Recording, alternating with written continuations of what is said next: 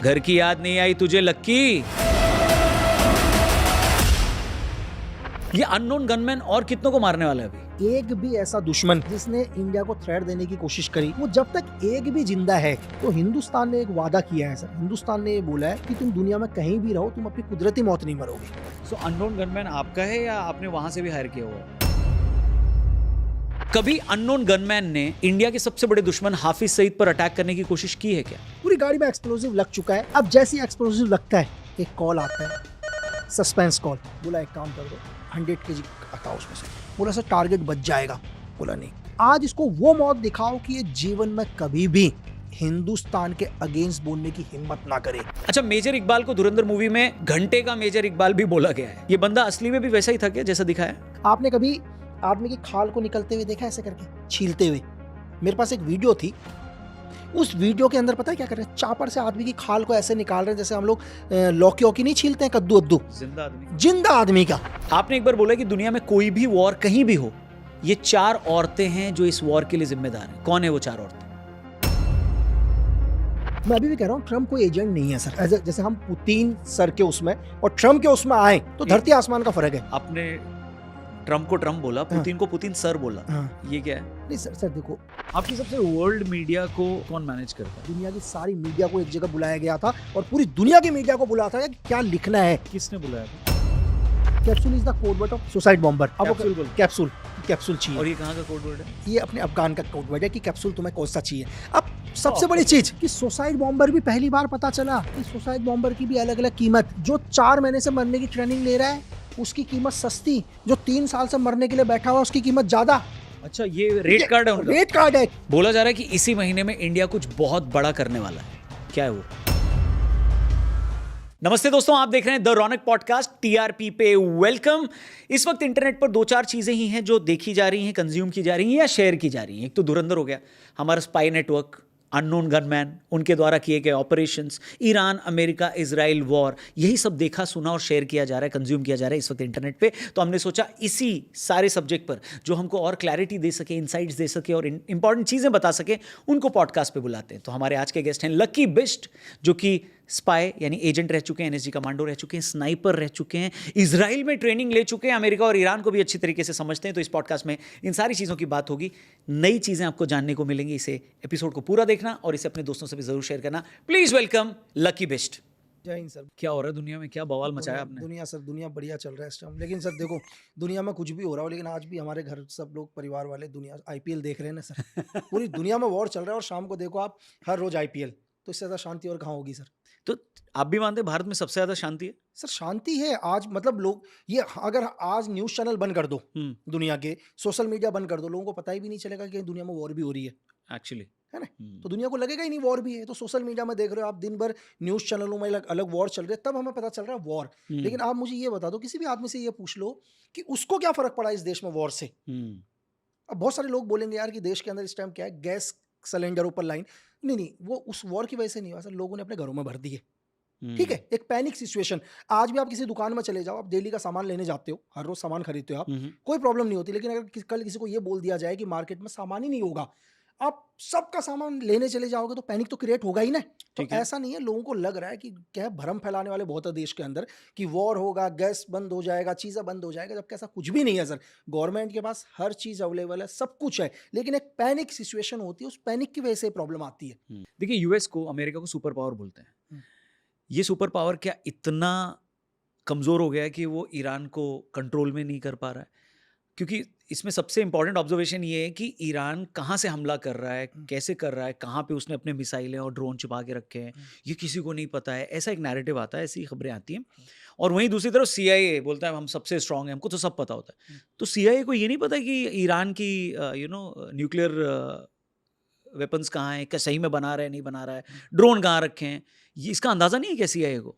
Sir देखो, जो हर रोज हम लोग बोलते हैं यार, जो वॉर दिखाया जा रहा है टीवी के अंदर कि अमेरिका एक सुपर पावर देश है, लेकिन सबसे पहले मीनिंग क्या है सुपर पावर की सर? लोग कहते हैं सुपर पावर है, लेकिन सबसे पहले हम ये पूछे यार सुपर पावर का मतलब क्या है? मैं गेस करूं, हाँ, इंफॉर्मेशन आपके पास सब चीज की है, इसको एक सुपर पावर की कैटेगरी में ला सकते हैं, हाँ। करेक्ट? बिल्कुल, कि अच्छा आपके पास इन्फॉर्मेशन भी है सब कुछ। हाँ। चलो हम मानते हैं कि आपके पास इन्फॉर्मेशन है, दुनिया की सबसे महँगी चीज़ है इन्फॉर्मेशन। जी। लेकिन सुपर पावर मेरे लिए सुपर पावर वो है दुनिया में जो अपनी बात मनवा ले सर। बात चाहे तो वो आज मेरे लिए ईरान भी सुपर पावर है सर, हिला रखा है ना उसने, हम्म। बोला नहीं निकलने दूंगा यहाँ से मैं किसी की भी शिप, ठीक है? तो इसका मतलब मेरी नज़र में जो आदमी अपनी बात दुनिया से मनवा रहा है वो सुपर पावर है सर। अब अमेरिका की रही हम सीआईए, हम सिर्फ सीआईए को देखते हैं, लेकिन मैं ये कहूँगा कि यार अमेरिका की सीआईए अकेली काम नहीं कर रही है सर, 5 आइज़ काम कर रही है साथ में। अमेरिका के गठबंधन है ना 5 आइज़ के साथ, उसके साथ MI6 भी है, ठीक है। उसके साथ न्यूजीलैंड भी है, उसके साथ कनाडा भी है, तो MI6 तो हम जानते हैं ब्रिटेन का है, right? ब्रिटेन ने। तो बाकी न्यूजीलैंड और कनाडा कितने स्ट्रांग है? सर देखो स्ट्रांग तो यूरोप में जितने भी देश हैं स्ट्रांग, ठीक यूरोप है। तो स्ट्रांग है ही, लेकिन सबसे पहली चीज कि जो अमेरिका ये बोलता था कि मैं 28 तारीख को एक हमला करूंगा 28 फरवरी को और मैं 24 घंटे के अंदर ये वॉर जीत लूंगा। अमेरिका ने बोला कि 24 घंटे भी नहीं लगेंगे, उसने क्या बोला कि मैं लीडर को खत्म करूंगा और वॉर खत्म हो जाएगा। हाँ। तो लोगों से ये अगर लोग हिस्ट्री देखो, सबने मुझसे ज्यादा हिस्ट्री पढ़ी होगी, मुझे ये बता दो सर अमेरिका हिस्ट्री में कौन सी वॉर जीता है सर? कौन सी वॉर जीता है? चाहे अमेरिका ने वियतनाम वॉर लड़ी हो, वियतनाम वॉर से भी वापस आया, अमेरिका अफगानिस्तान में 20-22 साल रहकर गया, वापस आया सर। तो अमेरिका ने वॉर जीता कौन सा है सर? आज डोनाल्ड ट्रम्प अपने 2 स्टेटमेंट देते हैं, वो बोलते हैं कि यार नहीं अब मैं वापस जा रहा हूं क्योंकि मेरा कोई साथ नहीं दे रहा है। ये गुमराह कर रहे हैं डोनाल्ड ट्रम्प। एक तरफ तो डोनाल्ड ट्रम्प बोलते हैं कि मैं वॉर से वापस जा रहा हूं, मुझे कोई मतलब नहीं है स्टेट ऑफ होमरेस्ट से, तुम अपना अपना देखो। दूसरी तरफ मिडिल ईस्ट में अपने 50,000 सोल्जर डिप्लॉय कर रहे हैं, लेकिन अमेरिका एक चीज और तो दुनिया को नहीं दिखा रहा है, साथ में प्राइवेट आर्मी भी क्या कर रहा है? डिप्लॉय कर रहा है। अब लोग ये अमेरिका की ये प्राइवेट आर्मी, दोनों के दोनों अमेरिका, 2 प्राइवेट आर्मी, एक ब्लैक वाटर है और एक डाइन क्रॉप है, दोनों के दोनों। एक तो मतलब 1990 मतलब प्राइवेट आर्मी, पहले समझना है कि लोग यार प्राइवेट आर्मी क्या है। देखो उनके पास क्या ऑप्शन होता है, सपोज करो इसी प्राइवेट आर्मी ने, चाहे आप ब्लैक वाटर बोलो, इन्होंने क्या किया, वियतनाम वॉर भी लड़ी, इराक के अंदर भी इन्होंने वॉर लड़ी। होता क्या है, जब भी कोई देश होता है, कोई भी देश, वो देश जब किसी देश के खिलाफ युद्ध लड़ता है तो उस देश का जो भी प्रेसिडेंट हो, प्राइम मिनिस्टर हो, उसे अपने देश को जवाब देना होता है। अगर 10 सोल्जर भी शहीद होंगे तो देश को तो जवाब देना पड़ेगा ना कि यार हमारे 10 सोल्जर शहीद हुए हैं, तो पब्लिक रोड पर आएगी, क्योंकि किसी ना किसी के तो घर वाले मरे हैं। क्योंकि डोनाल्ड ट्रम्प तो युद्ध करने नहीं जाएंगे ग्राउंड पर ना, डोनाल्ड ट्रम्प का क्या कहते हैं दामाद जाएगा ना, पीट हेस्टक जाएंगे अमेरिकन सोल्जर। लेकिन इस सिनेरियो में क्या है कि डोनाल्ड ट्रम्प को जवाब ना देना पड़े, इसके लिए क्या होता है, प्राइवेट आर्मी। कहने के लिए तो ये प्राइवेट आर्मी क्या होता है, पेपर्स पर प्राइवेट होते हैं, लेकिन इनका एक्चुअल काम होता है देश के लिए ही काम करना। ये करते गवर्नमेंट के लिए ही है। लेकिन मैं ये भी बता दूं कि इन प्राइवेट आर्मी के पास न्यूक्लियर वेपन नहीं होते, बाकी सारे वेपन होते हैं। अच्छा, मतलब वो आप समझ लो कि इनके पास न्यूक्लियर वेपन नहीं होंगे, लेकिन इसके अलावा इनके पास सारे वेपन होंगे। और एक और शॉकिंग चीज, आप इन प्राइवेट आर्मी के बारे में पता करना तो आपको जानकर बहुत हैरत होगी कि दुनिया में सीआईए जब भी ऑपरेशन करता है तो इसको बैक सपोर्ट देती है, सीआईए की सेफ्टी की जिम्मेदारी लेती है ये प्राइवेट आर्मी की। सीआईए अगर कोई ऑपरेशन करने गई है तो बैकअप सपोर्ट रहता है और सीआईए के उस एजेंट की सेफ्टी की जिम्मेदारी तक लेती है। तो आप समझ सकते हो कि ये प्राइवेट आर्मी कितनी पावरफुल होती है सर। अब ये युद्ध लड़ेंगी तो इससे डोनाल्ड ट्रम्प को बेनिफिट क्या होगा? सपोज करो प्राइवेट आर्मी के अंदर 100 जवान शहीद हो जाते हैं, तो इन 100 जवानों का डोनाल्ड ट्रम्प को जवाब नहीं देना अपने देश को, वो प्राइवेट है भाई, इनके मरने की कोई गिनती नहीं होगी कहीं भी। तो वॉर प्राइवेट आर्मी लड़ रहे हैं, इससे डोनाल्ड ट्रम्प को कोई फर्क नहीं पड़ेगा। तो 50,000 अगर सैनिक हैं उसमें प्राइवेट आर्मी कितनी? मिक्स प्राइवेट आर्मी मिक्स होगी, डिस्क्लोज ही नहीं बताएंगे जरिए कि प्राइवेट आर्मी कितनी होगी। तो ये मैनिपुलेट भी कर सकते नंबर्स कि भाई प्राइवेट ही मरे हैं। नहीं, ये प्राइवेट का तो बताएंगे नहीं ना सर। हाँ, प्राइवेट का बताएंगे। अगर सोल्जर एक भी शहीद होगा तो उसका रिकॉर्ड होगा, वो तो बताना ही पड़ेगा। अब मैं ये भी कह सकता हूँ कि क्या पता कि ओनली 20% अमेरिकन की एयरब्रोन हो और बाकी की सारी क्या हो, प्राइवेट आर्मी हो। ये तो सीआईए को पता होगा, या तो यूएस आर्मी को पता होगा कि ग्राउंड के ऊपर वो क्या कर रहे हैं कि अपनी प्राइवेट आर्मी को कितना आगे रख रहे हैं। दूसरी चीज कि इस पूरे ईरान वॉर को अगर हम देखें तो ऐसा नहीं है कि ईरान वॉर आज हमें नजर आ रहा है। अगर मैं थोड़ा सा पीछे लेकर चलूं कि आज दुनिया में पूरा जो जा रहा है, आप हिस्ट्री में चले जाओ, आप जाना 1945 में। 1945 में ब्रिटेन के पीएम थे चर्चिल, और ये अभी जस्ट रशिया ने भी इस चीज का ओके मोहर लगा दी। रशिया भी इसको ओके बोल चुका है, शायद महीने भर पहले आप रशिया के आर्टिकल्स भी पढ़ सकते हैं। एक्चुअली क्या हुआ, चर्चिल ने ये बोला कि यार चलो नाजी तो खत्म हो गए, मतलब हिटलर को हमने हरा दिया, अब क्या करते हैं, लेकिन जितने भी ये पावरफुल देश हैं ये कहीं पावरफुल ना बने, इन्हें कैसे खत्म किया जाए। तो दुनिया में पहली बार एक ऑपरेशन लॉन्च किया एंथीकेबल। आज आप सर्च करना इस अंति केबल के बारे में तो आपको 1945 शायद 1 जून का वो दिन और आज ईरान वॉर कहीं ना कहीं आपस में कनेक्ट मिलेंगे सर। कैसे कनेक्ट मिलेंगे कि ब्रिटेन ने बोला कि सबसे पहले हम किसको खत्म करेंगे, हम यूएसएसआर को खत्म करेंगे। दुनिया के अंदर महाशक्ति यूएसएसआर है, तो MI6 इन देशों ने मिलकर क्या किया, यूएसएसआर के खिलाफ क्या करना शुरू कर दिया, प्रॉक्सी वॉर या कोल्ड वॉर करना शुरू कर दिया। ठीक है। और धीरे धीरे आपको पता है कि 1990 के दशक में यूएसएसआर टूट गया। लेकिन जब यूएसएसआर टूटा तो तब भी इन्हें यह नहीं पता था कि रशिया इतना पावरफुल निकलेगा। अब इनका दूसरा टारगेट था किसी भी कीमत पर रशिया को खत्म करना, इसी ऑपरेशन एंथीकेबल का। मतलब चर्चिल खत्म हो गए दुनिया से, चर्चिल चले गए, लेकिन एजेंसी का ऑपरेशन कभी बंद नहीं होता, कभी नहीं। तो उस एंथीकेबल ऑपरेशन से इन्होंने क्या कर दिया, कंटिन्यू रशिया को टारगेट करना शुरू करा धीरे धीरे। अब 2014 के अंदर आप जाकर देखो कि रशिया के अंदर कैसे इंटरनल प्रॉब्लम शुरू हुए, यूक्रेन और रशिया के बीच में कॉन्फ्लिक्ट। और फिर धीरे धीरे इन्होंने क्या कर दिया, जब यूक्रेन और रशिया, यूक्रेन को एक प्रॉक्सी के तौर पर लिया है, दुनिया का भी तब स्टेटमेंट आया था कि यार रशिया और यूक्रेन का वॉर हो रहा है, ये तो 24 घंटे भी नहीं टिकेगा। आज मैं कह रहा हूं यार 3.5 साल हो गए तब भी वॉर चल रहा है। तो बेसिकली नाटो देश की बात हो रही है कि अभी टारगेट कैसे कैसे जा रहा है, ये तो नाटो है। यूक्रेन के भी सबको पता है नाटो है, लेकिन रशिया की एक मजबूरी है, डायरेक्ट एविडेंस नहीं है ना सर। देखो क्या होता है कि रशिया के ऊपर जो भी अटैक्स हो रहे हैं या कंटिन्यू रशिया के साथ जो लड़ रहा है वो यूक्रेन लड़ रहा है, लेकिन रशिया के पास डायरेक्ट ये एविडेंस रशिया को पता है, लेकिन दुनिया की नजरों में वो ये नहीं कह सकता कि भाई अमेरिका ये वॉर लड़ रहा है या ब्रिटेन ये वॉर लड़ रहा है। लड़ने के लिए यूक्रेन लड़ रहा है, लेकिन यूक्रेन को पूरे 32 देशों का सपोर्ट, नाटो का पूरे का पूरा 32 देश जो 3.5 साल से लगातार किसको कर रहे हैं, यूक्रेन को सपोर्ट कर रहे हैं, लेकिन रशिया तब भी फाइट कर रहा है। एक क्वेश्चन है मेरा इसमें, बिल्कुल, रशिया के खिलाफ नाटो देश जो है वो यूक्रेन 32 वो यूक्रेन को सपोर्ट कर रहे हैं, बिल्कुल। लेकिन यही नाटो देश अब बोल रहे हैं कि अमेरिका से अलग हो जाएंगे, वो सब अमेरिका को अपना एयरबेस भी यूज करने नहीं दे रहे हैं। ये क्यों है? नहीं, ये सिर्फ बताया जा रहा है ऐसा। अच्छा, ये सिर्फ बताया जा रहा है नैरेटिव के लिए, ये नैरेटिव के लिए कि कल आप नाटो के ऊपर ब्लेम नहीं कर सकते हो। लगेगा क्या, सपोज करो मैं और मेरे 2-4 दोस्त हैं, हम सब एक ही हैं, मेरे दोस्त मुझे बोलेंगे यार हम तुझे सपोर्ट नहीं करेंगे, वो दुनिया को सिर्फ ये दिखा रहे हैं कि हम इससे अलग हैं, ग्राउंड के ऊपर ये सब एक है। अगर ये नाटो चाहे या दुनिया के यूएस चाहे, ब्रिटेन चाहे, कोई भी चाहे, ये महज 24 मिनट के अंदर पूरा वॉर खत्म हो जाएगा सर। 2500 मिनट नहीं लगेगा। फिर भी ये वॉर क्यों चल रहा है?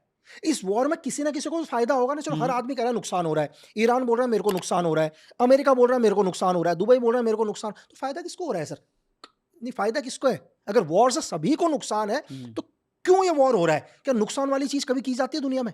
सही बात, किसी ना किसी को तो बेनिफिट हो रहा होगा ना सर। तो हुआ क्या, कंटिन्यू यूक्रेन और रशिया का वॉर हुआ। यूक्रेन और रशिया के वॉर के बाद इसके बाद क्या हुआ, वेनेजुएला को इन्होंने कैप्चर किया। वेनेजुएला को कैप्चर करने के बाद ईरान के ऊपर अटैक, और ईरान वॉर चल रहा है। बहुत सारे दुनिया के लोगों ने बोला कि ईरान वॉर तो 24 घंटे में खत्म हो जाएगा। शायद अगर आप मेरे पिछले वीडियोस भी देखे होंगे सर, जब जिस दिन पहली बार ईरान के ऊपर एक एयर स्ट्राइक करी गई तो मैंने बोला यार ये वॉर जाएगा, 1.5 साल ये वॉर जाएगा, क्योंकि ये वॉर वो नहीं है जो आप देख रहे हो, ये ऑपरेशन एंथीकेबल का हिस्सा है। ये वॉर यहीं नहीं रुकेगा, आप कुछ टाइम तक 1-1.5 साल के अंदर आप भूल जाओगे क्या होगा, क्योंकि यूक्रेन और रशिया की बात हम कितनी करते हैं सर आज, कौन कर रहा है यूक्रेन रशिया की बात, लेकिन वॉर तो चल ही रहा है ना। सिर्फ ये है कि हमको क्या हो रहा है, न्यूज में नहीं दिखाई दे रहा है, इसलिए हमें लग रहा है कि यूक्रेन और रशिया का वॉर नहीं चल रहा है। यहाँ अफगानिस्तान और पाकिस्तान का भी वॉर चल रहा है, लेकिन हमारे को नहीं पता चल रहा कि अफगानिस्तान और पाकिस्तान का वॉर नहीं चल रहा, क्योंकि हम न्यूज में देख ही नहीं रहे। अभी हमारे को क्या दिखाई दे रहा है, America Iran, America Israel. Correct. कुछ दिन के बाद, आप 6-7 महीने के बाद ये न्यूज धीरे धीरे बंद होंगे, न्यूज चैनल वाले बोलेंगे टीआरपी नहीं मिल रही है, क्योंकि पक गए लोग न्यूज देख देख के वॉर। तो उसके बाद क्या होगा, एकदम से चाइना और ताइवान का हो जाएगा, फिर आप चाइना और ताइवान के ऊपर आ जाओगे, चाइना और ताइवान का हुआ, ये 2 वॉर आप भूल जाओगे। तो ऑपरेशन एंथीकेबल का मकसद ही ये है सर कि एशिया के अंदर 3 महाशक्ति है। एशिया में रशिया हो गया, चाइना हो गया, हिंदुस्तान हो गया, तीनों सुपर पावर है सर। ये तीनों देश कभी एक साथ ना आए। आज मैं एक सवाल है छोटा सा कि एक पल के लिए ये सोचकर देखो कि अगर ये 3 देश एक साथ आते हैं तो दुनिया के अंदर कोई देश ऐसा जो इन 3 देशों का मुकाबला कर सके? वर्ल्ड में है कोई ऐसा देश? राइट। तो एशिया से क्या करना, इन तीनों देशों को कमजोर करना। अगर मैं ये बोल रहा हूं, अगर ये वॉर रशिया और ताइवान का कॉन्फ्लिक्ट होता है तो कुछ टाइम के बाद आप देखोगे कि हिंदुस्तान को भी डिस्टर्ब करना। वैसे तो हिंदुस्तान को डिस्टर्ब कर ही रहे जब श्रीलंका की गवर्नमेंट गिरी तब भी डिस्टर्ब हुआ, उसके बाद आप बांग्लादेश देख सकते हैं तब भी डिस्टर्ब हुआ, नेपाल वाले में देख सकते डिस्टर्ब हुआ, आपने लद्दाख वाला मैटर सुना होगा। डिस्टर्ब करने की तो कोशिश करी है ना सर, कहीं ना कहीं। ठीक है। तो CIA को नहीं पता कि ईरान में क्या चल रहा है, या CIA जानना नहीं चाहती और वॉर कंटिन्यू करना चाहती? नहीं सर, ऐसा नहीं है कि इन्फॉर्मेशन है CIA के पास। हमारे को लगता है ऐसा, बहुत सारे लोगों का क्वेश्चन है, मेरे पास भी बहुत क्वेश्चन आते हैं कि यार कि सर CIA हो गया, MI6 हो गए, टोटल 5 आईज हो गए, यहाँ की DGSE भी इनके साथ में ही है, सपोर्ट में ही है, फ्रांस भी इनके सपोर्ट में है, नाटो इनके पूरे सपोर्ट में है। तो क्या अमेरिका इतना बेवकूफ हो सकता है कि अमेरिका को नहीं पता होगा ये वॉर लंबा जाएगा? सर सही बात कौन कहता है नहीं पता चलेगा? लोग कहते हैं यार अमेरिका ने धोखा खा लिया। किस चीज का धोखा खा लिया सर? हम अपने घर में बैठकर बोल देते धोखा खा लिया, मतलब हमने टीवी देखकर बोल दिया कि नहीं अमेरिका बेवकूफ है, डोनाल्ड ट्रंप बेवकूफ है, CIA पूरी बेवकूफ है, इनको पता नहीं था। सर कभी भी कोई ऑपरेशन होता है तो उस ऑपरेशन की हमारे को एयर स्ट्राइक सामने नजर आती है कि कल एयर स्ट्राइक करा ईरान के ऊपर, इजराइल ने एयर स्ट्राइक किया है, अमेरिका ने किया, या आज ग्राउंड ऑपरेशन होने जा रहे हैं, यह आपको जरूर नजर आता है। लेकिन इसके पीछे सालों की जो इंफॉर्मेशन का काम है, जो इंटेलिजेंस एजेंसीज काम करती हैं, वो नहीं नजर आता। CIA को भी पता है कि ये वॉर लंबा जाएगा, ऐसा नहीं है कि उनको नहीं पता। अब क्वेश्चन है कि अगर उनको ये पता था ये वॉर लंबा जाएगा तो फिर भी उन्होंने अटैक क्यों किया? अब मैं इस वॉर को आपको समझाने की कोशिश करता हूं। सबसे पहले क्या होता है, CIA, 5 आईज सबको मालूम है कि वॉर लंबा जाएगा, लेकिन इसके बावजूद भी अमेरिका अटैक करता है किसके ऊपर? ईरान के ऊपर। ईरान पे, ठीक है, अटैक करता है। अमेरिका को पता है कि अगर मैं ईरान के ऊपर अटैक करूंगा तो यहां से यूक्रेन को उतना सपोर्ट नहीं मिल पाएगा जितना मिल रहा है। ठीक है यार अमेरिका एक जगह ताकत लगाएगा ना सर, कहीं ना कहीं ताकत तो डिवाइड होगी। हाँ जी। तो अमेरिका को यह भी पता है कि क्या है, यूक्रेन से मेरी ताकत हटेगी तो रशिया धीरे धीरे यूक्रेन को कवर करेगा। इसके बावजूद भी अमेरिका ने हमला किया इसके बाद। हाँ। लेकिन मैं आपको यह बताऊं कि इस हमले को करने से पहले अमेरिका ने वेनेजुएला को अपने कंट्रोल में लिया, पूरे वेनेजुएला को कंट्रोल में लिया। अमेरिका को पता है कि इस दुनिया का लगभग 18 से 20%, 22% तेल पूरी दुनिया में वेनेजुएला पर मौजूद है सर। वेनेजुएला के ऊपर उनके पास इतना तेल है, मैं वेनेजुएला के पास नहीं बोलूंगा वो तेल, वो किसके पास? आज अमेरिका के पास है। आपको पता है हमारा हिंदुस्तान लगभग 147 करोड़ का देश, अगर हम उस तेल को यूज करें तो हम 168 साल तक हमारा तेल खत्म नहीं होगा सर। ये वेनेजुएला आज यूएस के पास जो तेल है, अब यूएस को पता है, वेनेजुएला को कंट्रोल में ले लिया। उसको भी ये भी पता है CIA को कि ये सारा रास्ता ब्लॉक करेगा, ईरान रास्ता ब्लॉक करेगा 100%। ईरान इस रास्ते से क्या करेगा, किसी की तेल की शिप्स को नहीं आने देगा, ठीक है, मालूम है यूएस को। इसके बावजूद यूएस ने अटैक किया। यूएस को यह भी पता है कि जैसे ही मैं ईरान के ऊपर हमला करूंगा, 2 देश रेडी बैठे हुए ईरान को सपोर्ट करने के लिए, चाइना रशिया और रशिया। आज आपको क्या लगता है सर, जिस तरह से जो ईरान काउंटर अटैक कर रहा है, जो ईरान लगातार मिसाइल्स मार रहा है, उनकी हर लोकेशन को टारगेट कर रहा है अमेरिका की, जो अमेरिका के शिप तक B2 तक अपनी मिसाइल भेज देता हो, आपको ईरान का लग रहा है सर? सेम जो सिचुएशन यूक्रेन था वही ईरान हो गया। यूक्रेन को उन्होंने मोहरा बनाया, यहां रशिया और चाइना ने ईरान को अब क्या है, अमेरिका का कोई भी टारगेट हो रहा है, कुछ भी, वो नाम किसका आ रहा है? ईरान का आ रहा है। तो इससे रशिया और चाइना को क्या बेनिफिट? उसका दुश्मन कमजोर हो रहा है सर धीरे धीरे। अमेरिका को भी पता है कि यार ये मेरे को नुकसान, लेकिन क्या डोनाल्ड ट्रंप को कोई नुकसान हो रहा है सर? नहीं। पीट हेगसेट को कोई नुकसान हो रहा है? नहीं हो रहा ना। या डोनाल्ड ट्रंप के दामाद को कोई नुकसान हो रहा है? ऑयल कंपनी को कोई नुकसान हो रहा है? दुनिया में ऑयल की कीमतें बढ़ेंगी तो अमेरिका के पास तो टोटल वेनेजुएला का तेल तो है ही है, तो महंगा बेच के पैसा तो चाहे अमेरिका की आम जनता को नुकसान हो, इससे डोनाल्ड ट्रंप को कोई फर्क नहीं पड़ेगा। डोनाल्ड ट्रंप को क्या फर्क पड़ेगा, क्योंकि डोनाल्ड ट्रंप तीसरी बार तो इलेक्शन लड़ेंगे नहीं, अमेरिका के लॉ के हिसाब से तीसरी बार उन्हें प्रेसिडेंट, लेकिन वो इतने पावरफुल बन जाएंगे कि अगला कोई भी प्रेसिडेंट आए तो डोनाल्ड ट्रंप से पावरफुल कोई नहीं रहेगा। बात समझ रहे आप? करेक्ट। तो वॉर का सबको पता है कि वॉर का क्या चलेगा, ये रशिया को भी पता है, हर देश अपना फायदा उठा रहा है। यहाँ रशिया को क्या बेनिफिट है? रशिया को बेनिफिट है कि रशिया धीरे धीरे पूरा यूक्रेन को कवर कर लेगा। रशिया को बेनिफिट। चाइना को क्या बेनिफिट है कि चाइना क्या कर रहा है, धीरे धीरे अमेरिका के उन टारगेट को नुकसान पहुंचा रहा है जहां से ताइवान को मदद हो सकती है इन फ्यूचर में, क्योंकि उसको पता है मुझे इससे अच्छा मौका मुझे नहीं मिलेगा कि मैं ताइवान को कैप्चर करूंगा। तो चाइना भी यहां क्या कर रहा है, बेनिफिट उठा रहा है इस वॉर का।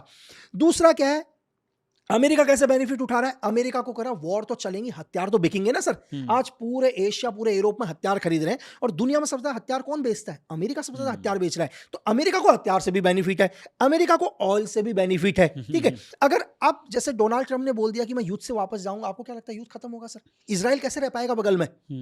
आज ये सर 1967 का वो टाइम नहीं है कि सिर्फ 6 डेज वॉर चला, शायद 5 जून को इजराइल ने एक साथ 6 देशों को युद्ध में हरा दिया था। आज 2026 चल रहा है, अगर इस युद्ध को बीच में छोड़ के जाते हैं तो इजराइल बगल में नहीं रह पाएगा सर।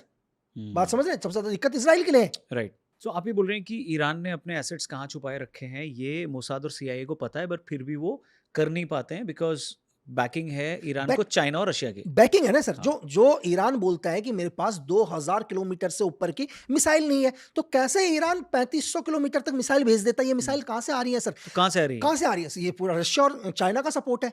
कोई भी मिसाइल, अगर कोई भी मिसाइल, ये एयरफोर्स के जो एयरफोर्स के एक्सपर्ट होंगे वो ज्यादा बताएंगे, कोई भी मिसाइल सर एयर स्पेस को टच करते हुए निकलती है, कई मिसाइल्स। और रशिया के पास और चाइना के पास अपना एयर स्पेस है, क्या उनके सपोर्ट के बिना मिसाइलें जा रही होंगी सर?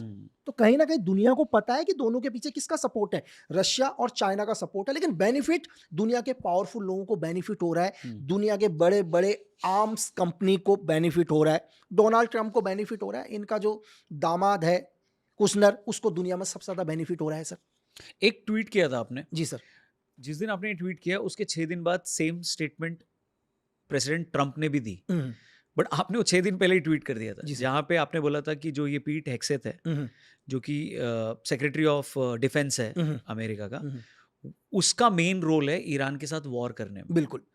और फिर 6 दिन बाद ये ट्रंप भी बोलते हैं। बिल्कुल। तो आपका ग्राउंड रिसर्च क्या था जिस बेसिस पे आपने बोला था? सर एक्चुअली क्या है, जब वेनेजुएला को कैप्चर किया तभी हमें पता चल गया था कि ईरान के ऊपर ये हमला करेगा। ओके। ईरान के ऊपर हमला करेगा, लेकिन एक्चुअल उस टाइम रिपोर्ट एफबीआई की जो रिपोर्ट गई थी, एफबीआई ने बोला कि अभी आप अटैक मत करो। एफबीआई नहीं चाहता था इस अटैक को करने के लिए, लेकिन इसके बावजूद भी अमेरिका को कंटिन्यू पुश किया पीस हैशटैग ने कि मुझे अटैक करना है, ये सही टाइम है। एफबीआई ने क्यों बोला होगा नहीं करने को? क्योंकि एफबीआई को इंटरनल सिक्योरिटी की जिम्मेदारी पूरी की पूरी एफबीआई के पास है इस टाइम, अमेरिका के पास। हाँ जी। एफबीआई की, चाहे सीआईए एक्सटर्नल देख रही है, लेकिन एफबीआई को पहले से मालूम कि अगर ये वॉर आगे जाएगा तो डेफिनेटली इस वॉर का असर उनके लोगों के ऊपर भी आएगा। ठीक है। तो क्योंकि एफबीआई को भी पता है कि कहीं ना कहीं इस वॉर के सपोर्ट में रशिया भी आएगी, इस वॉर के सपोर्ट में चाइना भी आएगा, ये वॉर लंबा जाएगा। तो अपने देश के लिए, अपने देश के नागरिक के लिए एक एजेंसी ने बोला कि हमें वॉर नहीं करना चाहिए, अभी रुको मत अभी। लेकिन पीट हैशटैग के कनेक्शन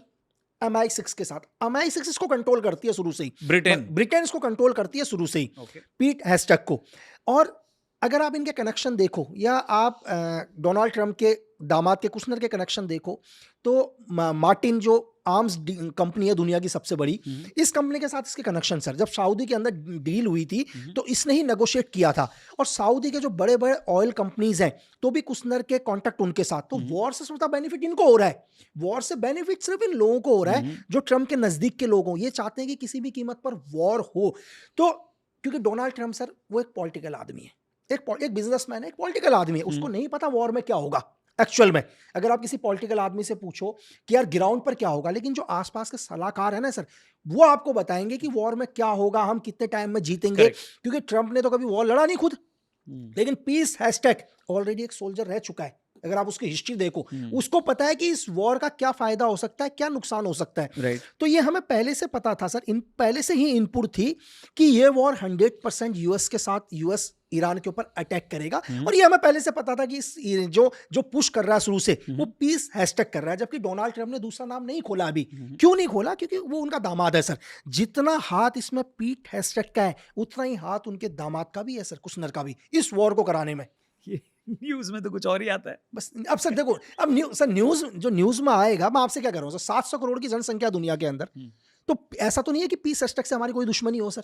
जो हमारे को एक इनपुट है कि यार ये वॉर ये करा रहा है। ऐसा नहीं है कि डोनाल्ड ट्रंप, दुनिया को लग रहा होगा यार डोनाल्ड ट्रंप ने बोल दिया, ऐसा नहीं कि डोनाल्ड ट्रंप पीट हैशटैग का नाम मीडिया के सामने बोलना चाहते थे। हुआ क्या होगा, एक सिनेरियो हम बताते हैं। हम भी क्या होता है, हमेशा डीप ब्रीफिंग के अंदर हम भी आपस के अंदर कहते हैं यार ये कैसा हो गया, इतना बड़ा स्टेटमेंट कैसे बोल दिया एक देश के प्रेसिडेंट ने, जबकि पीट हैशटैग तो आज भी उन्हीं के साथ है। होता गया है सर कि जैसे मैंने आपसे बोला कि एक पॉलिटिकल पर्सन को, जो भी उसके सलाहकार, जो भी उसके क्या कहते हैं देश के चीफ ऑफ आर्मी स्टाफ ने बोला, जो भी नेवल चीफ ने बोला कि सर ये होगा, तो आदमी क्वेश्चन बोलेगा, तुम तो कह रहे थे भाई इतनी दिन में ये हो जाएगा, इतने दिन में क्यों नहीं हुआ? तो फिर एक एफबीआई का डायरेक्टर उनको बोला सर कि, एफबीआई का डायरेक्टर बोला सर हमने आपको पहले भी बोला था कि इस वॉर को थोड़ा लेट करते हैं, लेकिन सर ने कहा तो हमें करना पड़ा।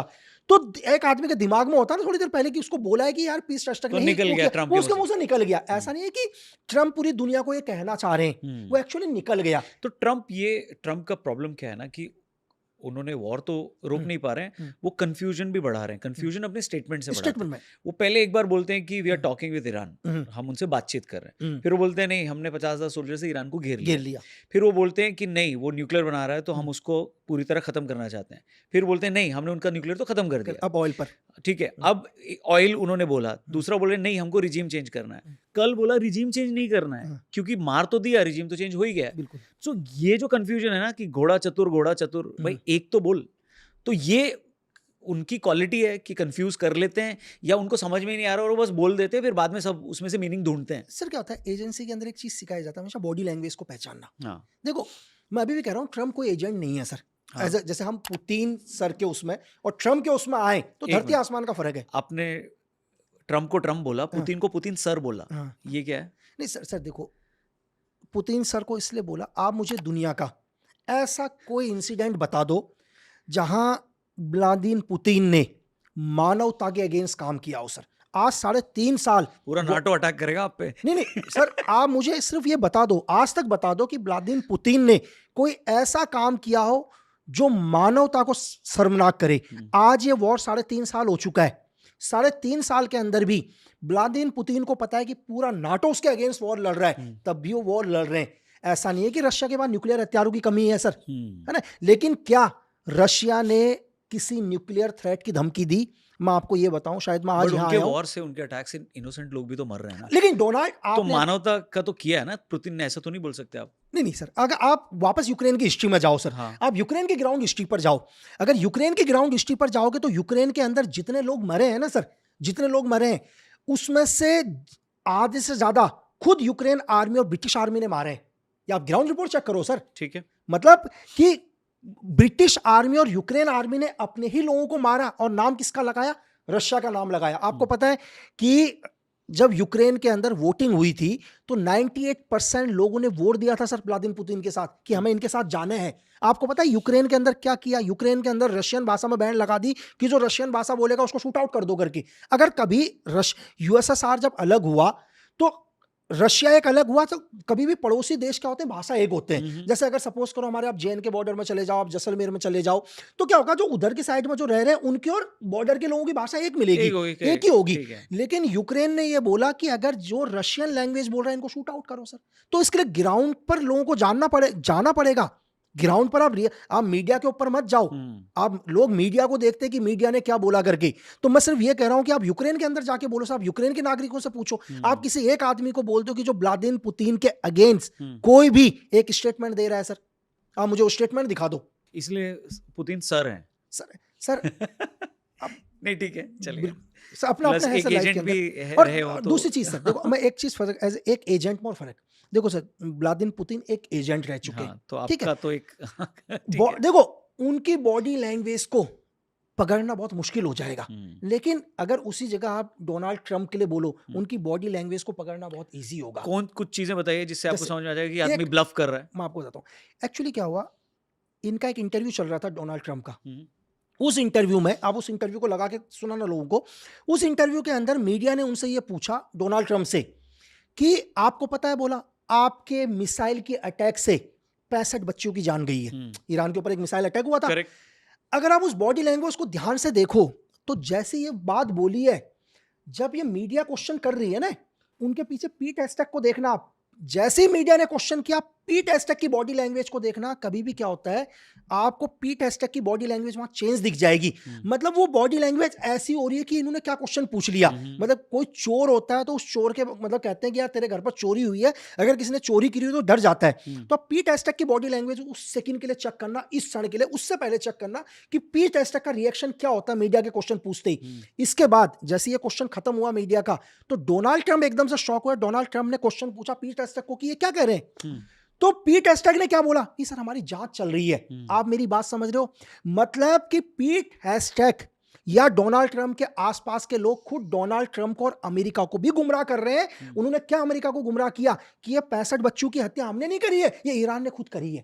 अब आप समझ रहे हैं, वो न्यूज हमारे को नहीं दिखाई देती कि वेस्ट में क्या सिनेरियो चल रहा है। ठीक है, तो डोनाल्ड ट्रंप ने इसी चीज का क्वेश्चन किया उससे। तो इस चीज को आप समझने की कोशिश करोगे तो आपको बहुत चीजें समझ में आएंगी सर। आपकी सबसे वर्ल्ड मीडिया को कौन मैनेज करता है कि पूरी वर्ल्ड में और पूरे वर्ल्ड की मीडिया में कौन सा नैरेटिव जाना है, इसको मेजरली कौन मैनेज करता है? कोई एजेंसी मैनेज करती है, किसी देश की एजेंसी मैनेज करती है कि भाई यही न्यूज़ चलनी है, या ये नैरेटिव चलना है कि भाई ईरान जीत रहा है? क्योंकि पहले जब आया तो जो आपने बोला कि लोगों को क्या नोशन था कि 24 घंटे में वॉर खत्म हो जाएगी, क्यों? क्योंकि उनके टॉप लीडरशिप को खत्म कर दिया। तो इसराइल जीत रहा है, अमेरिका जीत रहा है, ये शुरू में आया 1-2-4 दिन, फिर उसके बाद सडनली बंद हो गया कि नहीं, ईरान जीत रहा है, ईरान ने तो नाक में दम कर रखा है। तो ये यही रियलिटी है या ये मैनेज की जाती है ये नैरेटिव? सर देखो, दुनिया के अंदर दो ही तरह के लोग हैं सर। हाँ। ये मैं हमेशा बोलता हूँ। एक वो लोग हैं जिनके लिए दुनिया में कोई सीमाएं नहीं लगती। बात समझ रहे हैं? एक आप और हम जैसे लोग हैं। तीसरी कैटेगरी दुनिया में है ही नहीं। ये जात धर्म को छोड़ दो पल भर के लिए, मैं समझाने की कोशिश करता हूं तो वर्ल्ड समझ में आ जाएगा आपको पूरा। एक वो लोग हैं जिनके लिए कोई भारत, पाकिस्तान, ईरान, अफगानिस्तान, अमेरिका कुछ नहीं है। उनके लिए पूरी दुनिया एक ही है। पूरी दुनिया कैसे चलेगी उनके हिसाब से चलेगी। कौन है ये लोग? मेरी बात, दुनिया के पावरफुल लोग जो पूरी दुनिया को मैनेज करते हैं। हाँ। और एक आप और हम हो गए जिनके लिए बॉर्डर्स लगते हैं सर, कि ये पाकिस्तान है, ये भारत है, जो पूरी दुनिया को मैनेज करते हैं कि कैसे वॉर होना है, दुनिया की मीडिया कैसे चलनी है। एक छोटा सा क्वेश्चन है सर, आज आप सोशल मीडिया उठाकर देख लो, आधे लोग ईरान के गुणगान गा रहे होंगे, कई तो 3D में वो चल रहे होंगे, क्या बोलते हैं, कार्टून चल रहे होंगे। क्या इतना पैसा कौन दे रहा है किसी को? आप एक पल के लिए, क्या मेरे पास तो टाइम नहीं है सर, मेरे को तो अपनी पोस्ट डालने के लिए भी टाइम नहीं हो पाता यार, कैप्शन क्या लिखे उसमें भी टाइम नहीं है। तो एक कुछ दुनिया के एक पूरी की पूरी लॉबी लगी हुई है कि ईरान जीत रहा है, अमेरिका को ऐसा टारगेट कर दिया, डोनाल्ड ट्रंप का एक कार्टून बना दिया, व्लादिमीर पुतिन का एक कार्टून बना दिया, तो अरबों की फंडिंग है इसके लिए। मतलब दुनिया का एक वॉर ग्राउंड के ऊपर चल रहा है। इससे खतरनाक वॉर है साइकोलॉजिकल वॉर। साइकोलॉजिकल वॉर दुनिया की सबसे खतरनाक वॉर है। इस साइकोलॉजिकल वॉर के अंदर क्या होता है कि आज आप मुझे ये बताओ सर, क्या हिंदुस्तान इस वॉर में है? मतलब अफेक्टेड है? नहीं, पार्टिसिपेट नहीं कर रहा है? नहीं, वॉर में है सर कुछ लोग। अच्छा। कैसे हैं? आप ये देखो, दुकान में खड़े हो जाओ। हाँ। आज नॉर्मल पब्लिक के दुकान में खड़े हो जाओ, आप ईरान के अगेंस्ट कुछ बोल दो, आपको कुछ मारने आ जाएंगे। कुछ अमेरिका के अगेंस्ट, ना तो अमेरिका हमें खाना दे रहा, ना ईरान हमें खाना दे रहा है, लेकिन आप इस साइकोलॉजिकल वॉर का हिस्सा बन चुके हो। उस हिसाब से समझ गए सर? क्यों हम इस वॉर में नहीं है, लेकिन आधे लोग ईरान के साथ हो गए, आधे लोग किसके साथ हो गए? अमेरिका के साथ हो गए। यानी कि आप बैठे जरूर इधर हो, लेकिन आपका माइंड कोई और कंट्रोल कर रहा है। सही बात है। ये भी इसको बोलते हैं साइकोलॉजिकल वॉर। क्या होता है दुनिया के अंदर, जो आपने अभी बोला मैनेज, कैसे मीडिया को मैनेज किया जाता है, इस पर भी मैं कोरोना के ऊपर भी आऊंगा। शायद आप या दुनिया लोग रिसर्च कर दें कि जब भी कोरोना होने वाला था, दुनिया की सारी मीडिया को एक जगह बुलाया गया था और पूरी दुनिया की मीडिया को बुलाया था कि क्या लिखना है। शायद जो भी मीडिया वाले इसमें देख रहे होंगे, दुनिया के बड़े बड़े नेशनल टेलीविजन, उनको समझ में आ गया होगा मैंने क्या बोला। आप समझ रहे हैं सर कि दुनिया की मीडिया को बुलाया गया था, दुनिया वर्ल्ड के मीडिया को, कि दुनिया में क्या न्यूज़ चलानी है। किसने बुलाया था? दुनिया में कोई ना कोई है जिसने पूरी दुनिया की मीडिया को बुलाया। और किस जगह पर बुलाया तो वो भी लोगों को पता होगा, जो नेशनल टेलीविजन की बात कर रहा हूं मैं, लोकल नहीं सर। तो अभी बताइए नहीं, आप बता सकते हैं? दुनिया, मतलब कोरोना कहां से आया है सर? चाइना से बोलते हैं? नहीं सर, चाइना का ब्लेम किया गया। कोरोना को बनाने वाला ही यूएस था सर। कोरोना को आज भी आप, कोरोना को बनाने वाला यूएस था। यूएस, बट वुहान वायरस बोलते हैं, वुहान के लैब में बना था। आया चाइना से था, बनाने वाला यूएस था। यूएस, आप अगर डोनाल्ड ट्रंप के दोबारा स्टेटमेंट देखो तो जब ये कोरोना आया तो डोनाल्ड ट्रंप ने क्या किया? डोनाल्ड ट्रंप ने पूरी दुनिया को बोला उस टाइम कि भाई ये कोरोना वायरस कुछ नहीं है, चीजें नहीं है। अब ध्यान से सुनना, कोरोना वायरस कुछ नहीं है, चीजें नहीं है, ये नॉर्मली सही हो जाएगा। डोनाल्ड ट्रंप के मीम बनाए गए, डोनाल्ड ट्रंप की वही बातें दुनिया को दिखाई गई जिससे लोग हंसते हैं। मेरी बात समझे? काट काट के दिखाई गई डोनाल्ड ट्रंप की बातें। दूसरा क्या है, लेकिन डोनाल्ड ट्रंप के ऊपर भी प्रेशर आया। फार्मा इंडस्ट्री, अमेरिका की फार्मा इंडस्ट्री दुनिया के अंदर सबसे पावरफुल में से एक है सर। जब डोनाल्ड ट्रंप के ऊपर प्रेशर आया तो डोनाल्ड ट्रंप ने भी वैक्सीन को अप्रूव किया। अगर आज आप जो क्या कहते हैं यूरोपियन यूनियन के अध्यक्ष है, इनके बारे में डिटेल लगाना कहीं ना कहीं ये भी उस टाइम थी। आज दुनिया बोलती है कि यार इस कोरोना से बच्चों को अटैक पड़ा, बूढ़ों को अटैक किया, शायद किसी देश ने तो मुआवजा भी रख दिया, शायद मुझे नहीं मालूम कि जो भी वैक्सीन के बाद जो मरे, लेकिन इफेक्ट तो उस टाइम भी चल रहे थे। लेकिन दुनिया को उस टाइम क्यों नहीं बताया गया सर? क्यों अमेरिका के पावरफुल लोगों ने इस पूरी दुनिया की मीडिया को ये बोला कि सिर्फ जो एक ही नैरेटिव सेट रहेगा पूरी दुनिया में, मेरी बात समझ रहे, कि एक ही तरह की न्यूज़ पूरी दुनिया के अंदर दिखाया जाएगा।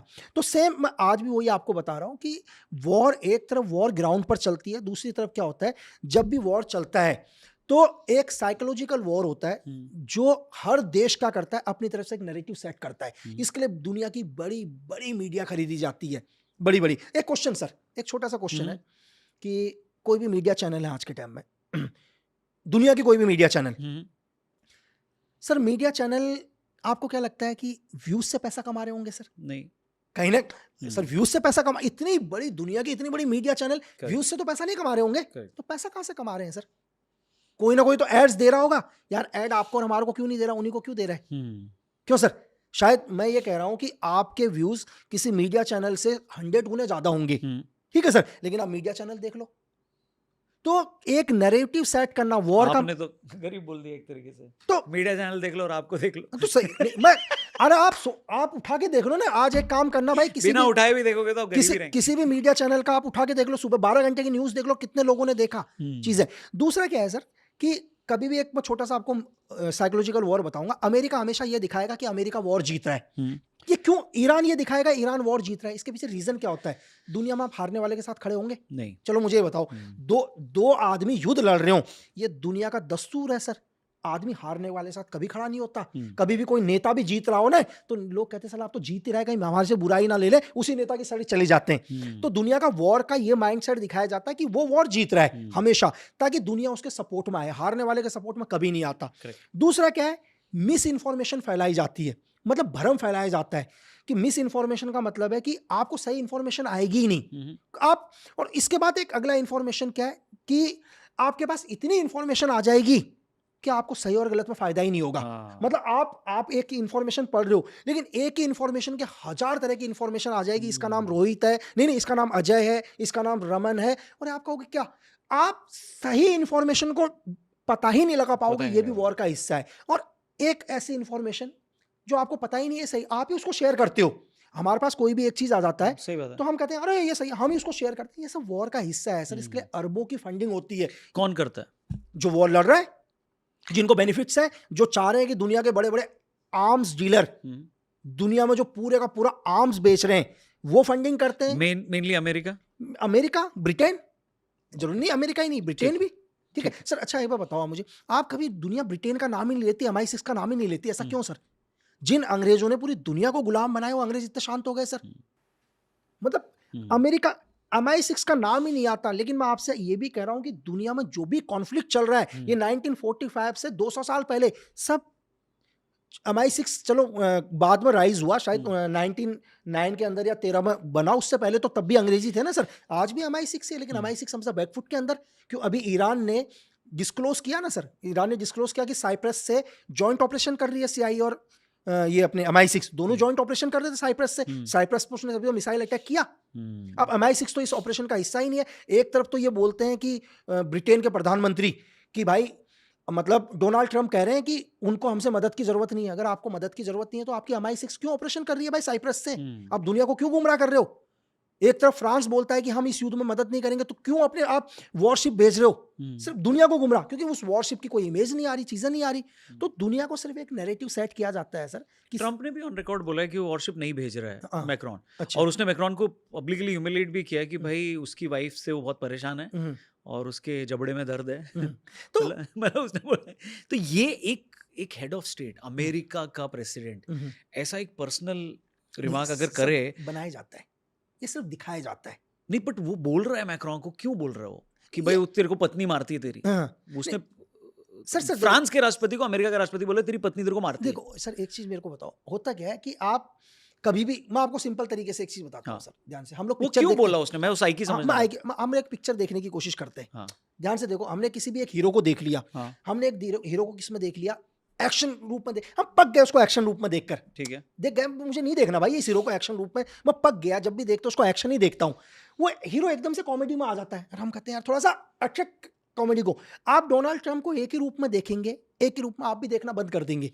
आदमी को दोबारा डोनाल्ड ट्रंप की ओर खींचना है, चीजें लेके आना है, आपके माइंड को उस चीज से नहीं हटने देना सर। मेरी बात समझ लो। आप देखो, पहले एक चीज बोलेंगे कि भाई, एक चीज बोलेंगे पहले एक एग्जाम्पल के लिए, कि एक उदाहरण के लिए कि यार एप्स्टीन फाइल में जो अपना एप्स्टीन था, इसने आत्महत्या करी।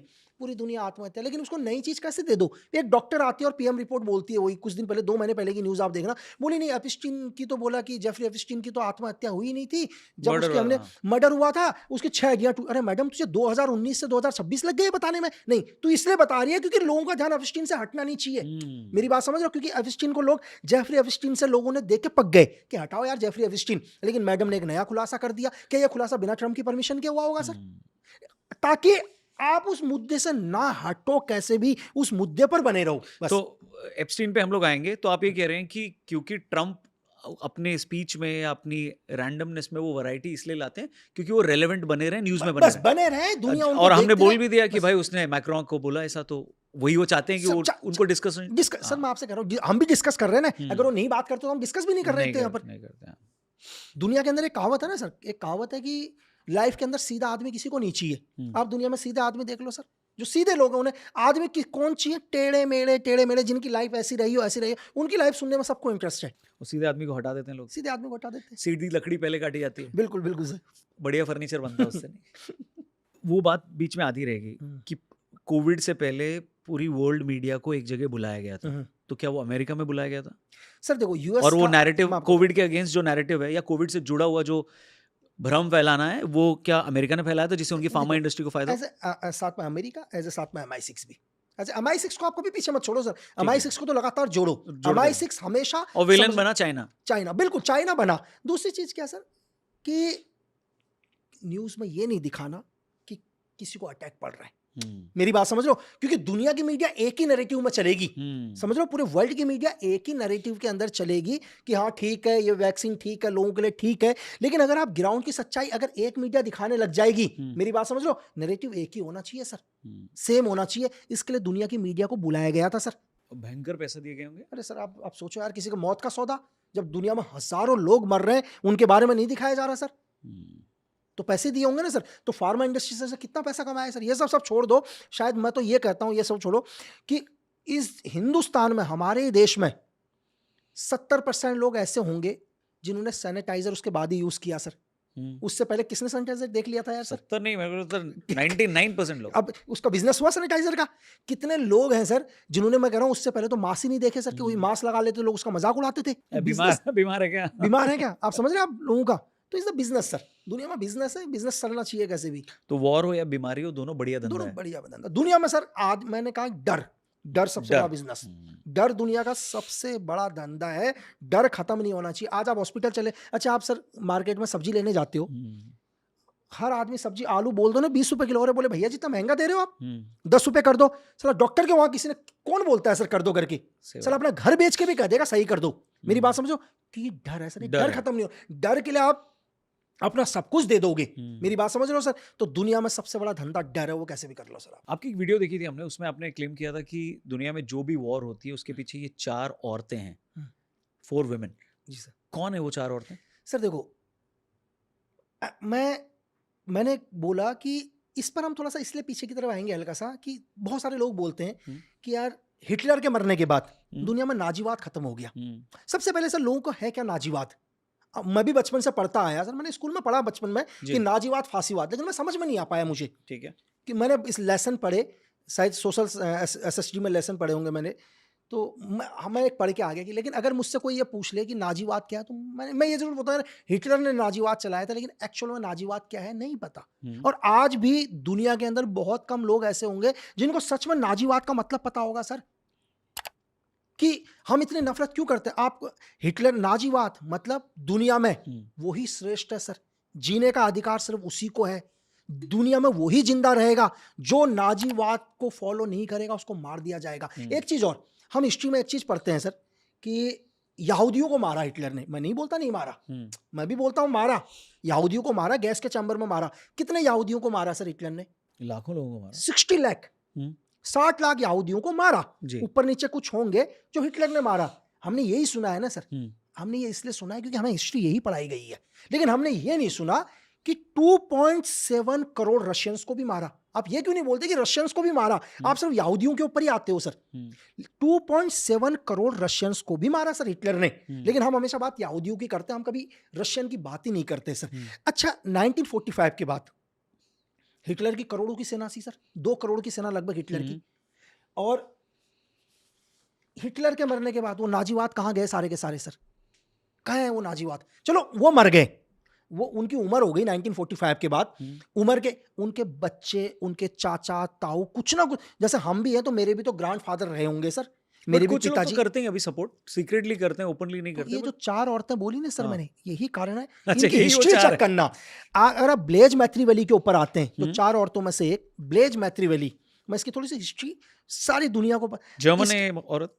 सर इनकी छोटी सी, आज ये दुनिया की सबसे पावरफुल एजेंसी में से एक MI6 की चीफ है इनकी फोटो नहीं देखी हमने कभी। सर। इनकी 2 ही फोटो आज तक दुनिया में, हाँ। 2 ही फोटो है। एक फोटो अभी इन्होंने रिलीज करी है विद इन 2 महीने पहले। इससे पहले दुनिया में आज तक किसी भी सीक्रेट एजेंसी के पास इनकी फोटो ही नहीं थी, जबकि ये MI6 की क्यू भी रही है, अब तो सी है लेकिन क्यू भी रही है। व्हाट इज मतलब QNC? इस टाइम MI6 की चीफ है, जो उनकी साइबर यूनिट होती है। हाँ। जो दुनिया, ये साइबर में महारत हासिल है दुनिया के अंदर कि कैसे साइबर, समझ गए आज के टाइम में जो भी टेक्नोलॉजी चल रही है, जो भी missile attack, nuclear attack, XY, cyber से उसकी एक चीफ रही है। मतलब आज पूरी MI6 की तो चीफ आपने है। बोला QNC। पहले साइबर की चीफ थी, हाँ। अब पूरी MI6 की चीफ है ना सर। ओके। तो आप मुझे एक चीज बताओ सर, किसी भी जॉब के अंदर हम्म। चीफ बनने के लिए कितनी उम्र होती है सर आमतौर पर?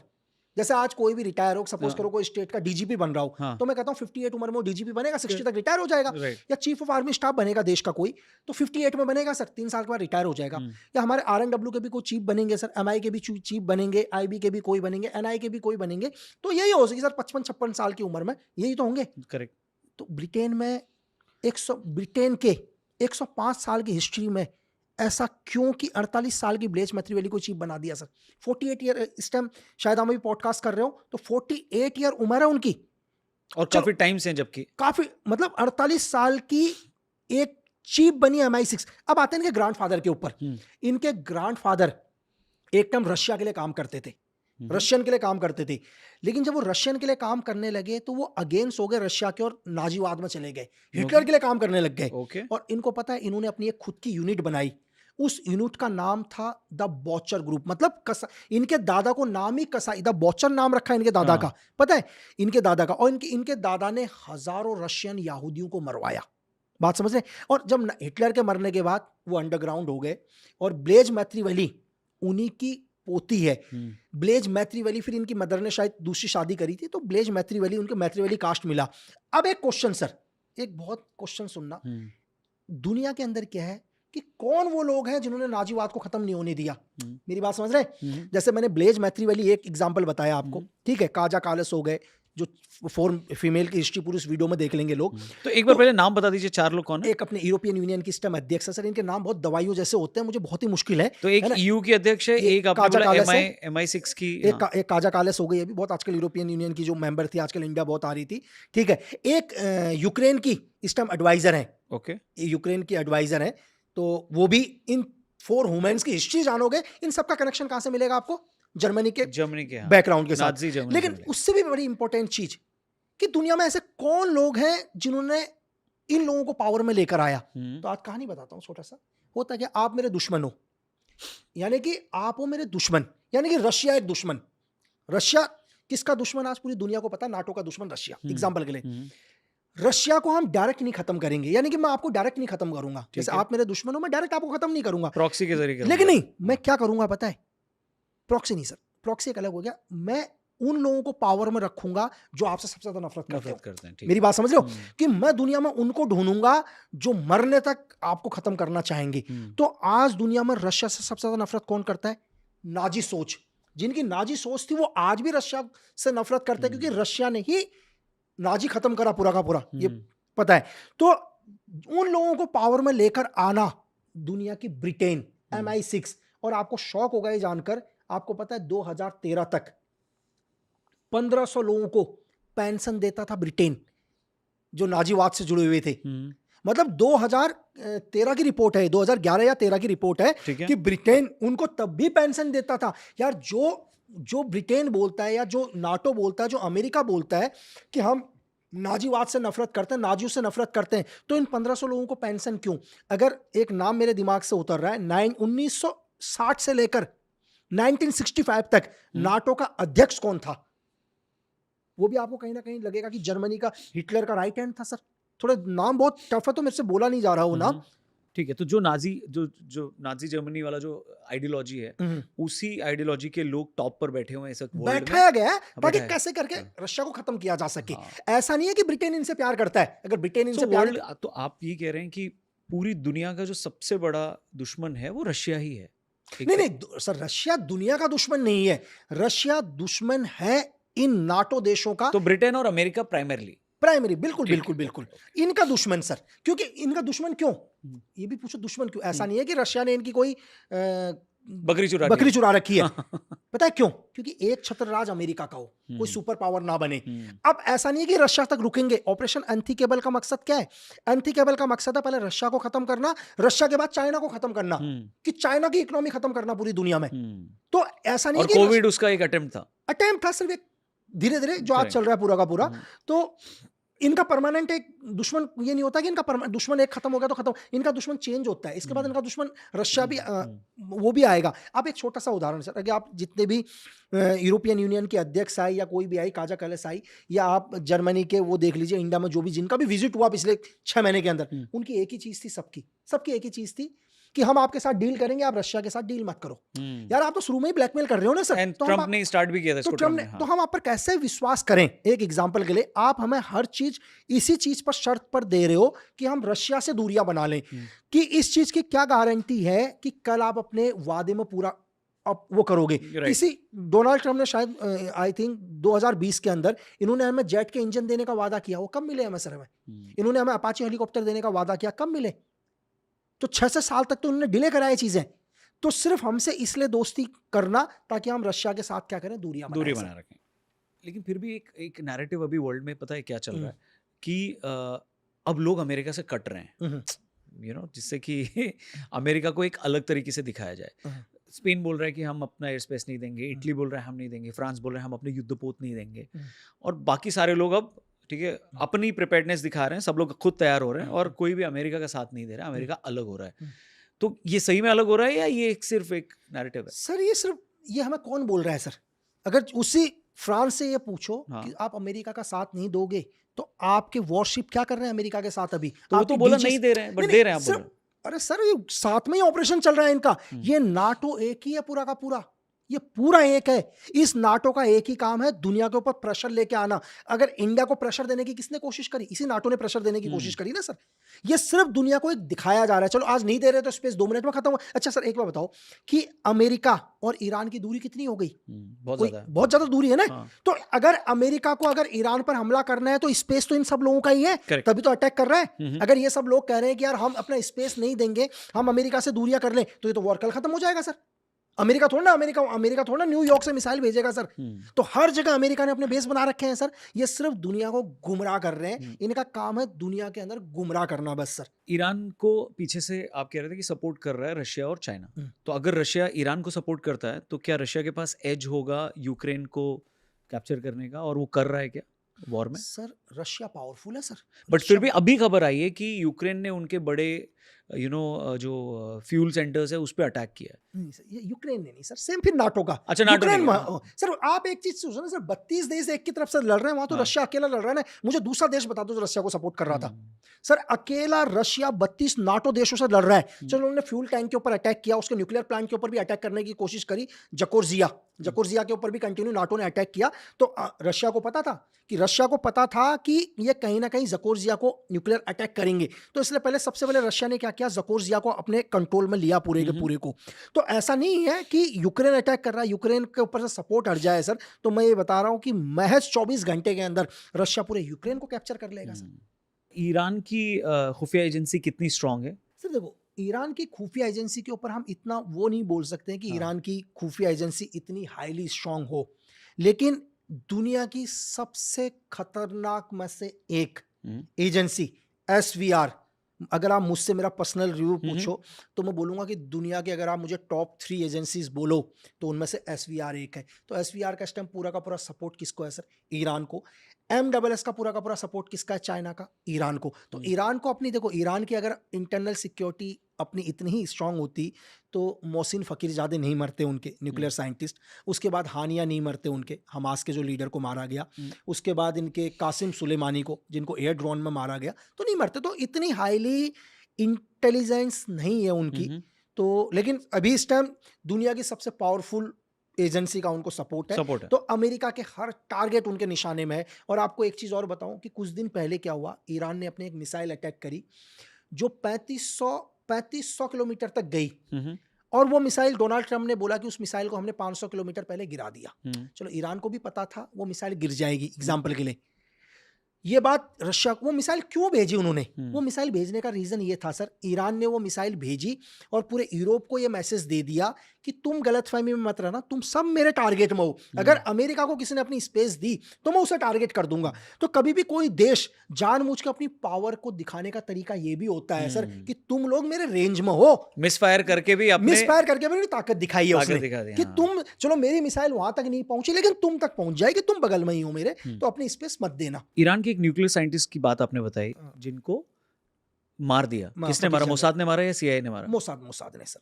कैसे मारा, क्या था ये ऑपरेशन, क्या था? एक्चुअली क्या था कि देखो ईरान को हमेशा न्यूक्लियर के अगेंस्ट तो इजराइल है ही। हाँ। तो फ़कीरज़ादे आई थिंक शायद 27 नवंबर 2020 की बात, आई थिंक 27 नवंबर 2020, थोड़ा डेट ऊपर नीचे होगा। तो जब भी इनके फ़कीरज़ादे अपनी गाड़ी से आए तो इजराइल ने क्या किया था, अपनी एक गाड़ी के ऊपर गन को सेट किया हुआ था, एक हथियार को। उस गाड़ी के ऊपर कोई आदमी नहीं था गन के ऊपर, लेकिन इजराइल की मोसाद के पास इतनी सटीक इंफॉर्मेशन थी कि गाड़ी जब ब्रेकर से जाएगी तो इस गाड़ी के शॉकर कितने ऊपर नीचे होंगे।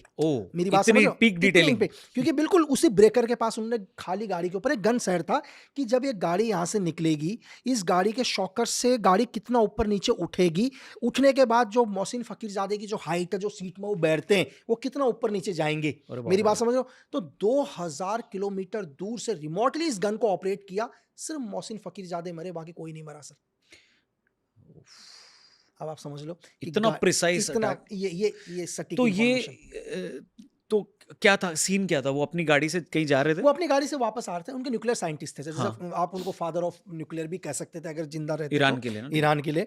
तो वो आ रहे थे, आते समय उनकी गाड़ी हल्की सी एक ब्रेकर के ऊपर धीरे हुई, स्पीड धीरे हुई, जैसे ही ब्रेकर से क्रॉस हुई उसी टाइम ऑटोमेटिकली गन से फायर होता है, और फायर होने के बाद क्या होता है, मोहसिन फ़कीरज़ादे ऑन द स्पॉट खत्म होता है। लेकिन दूसरी चीज, जिस गाड़ी में बॉम्ब लगा, जिस गाड़ी में गन थी, उस गाड़ी को भी उड़ा देता है मोसाद, कि एविडेंस भी ना मिले करके हमेशा।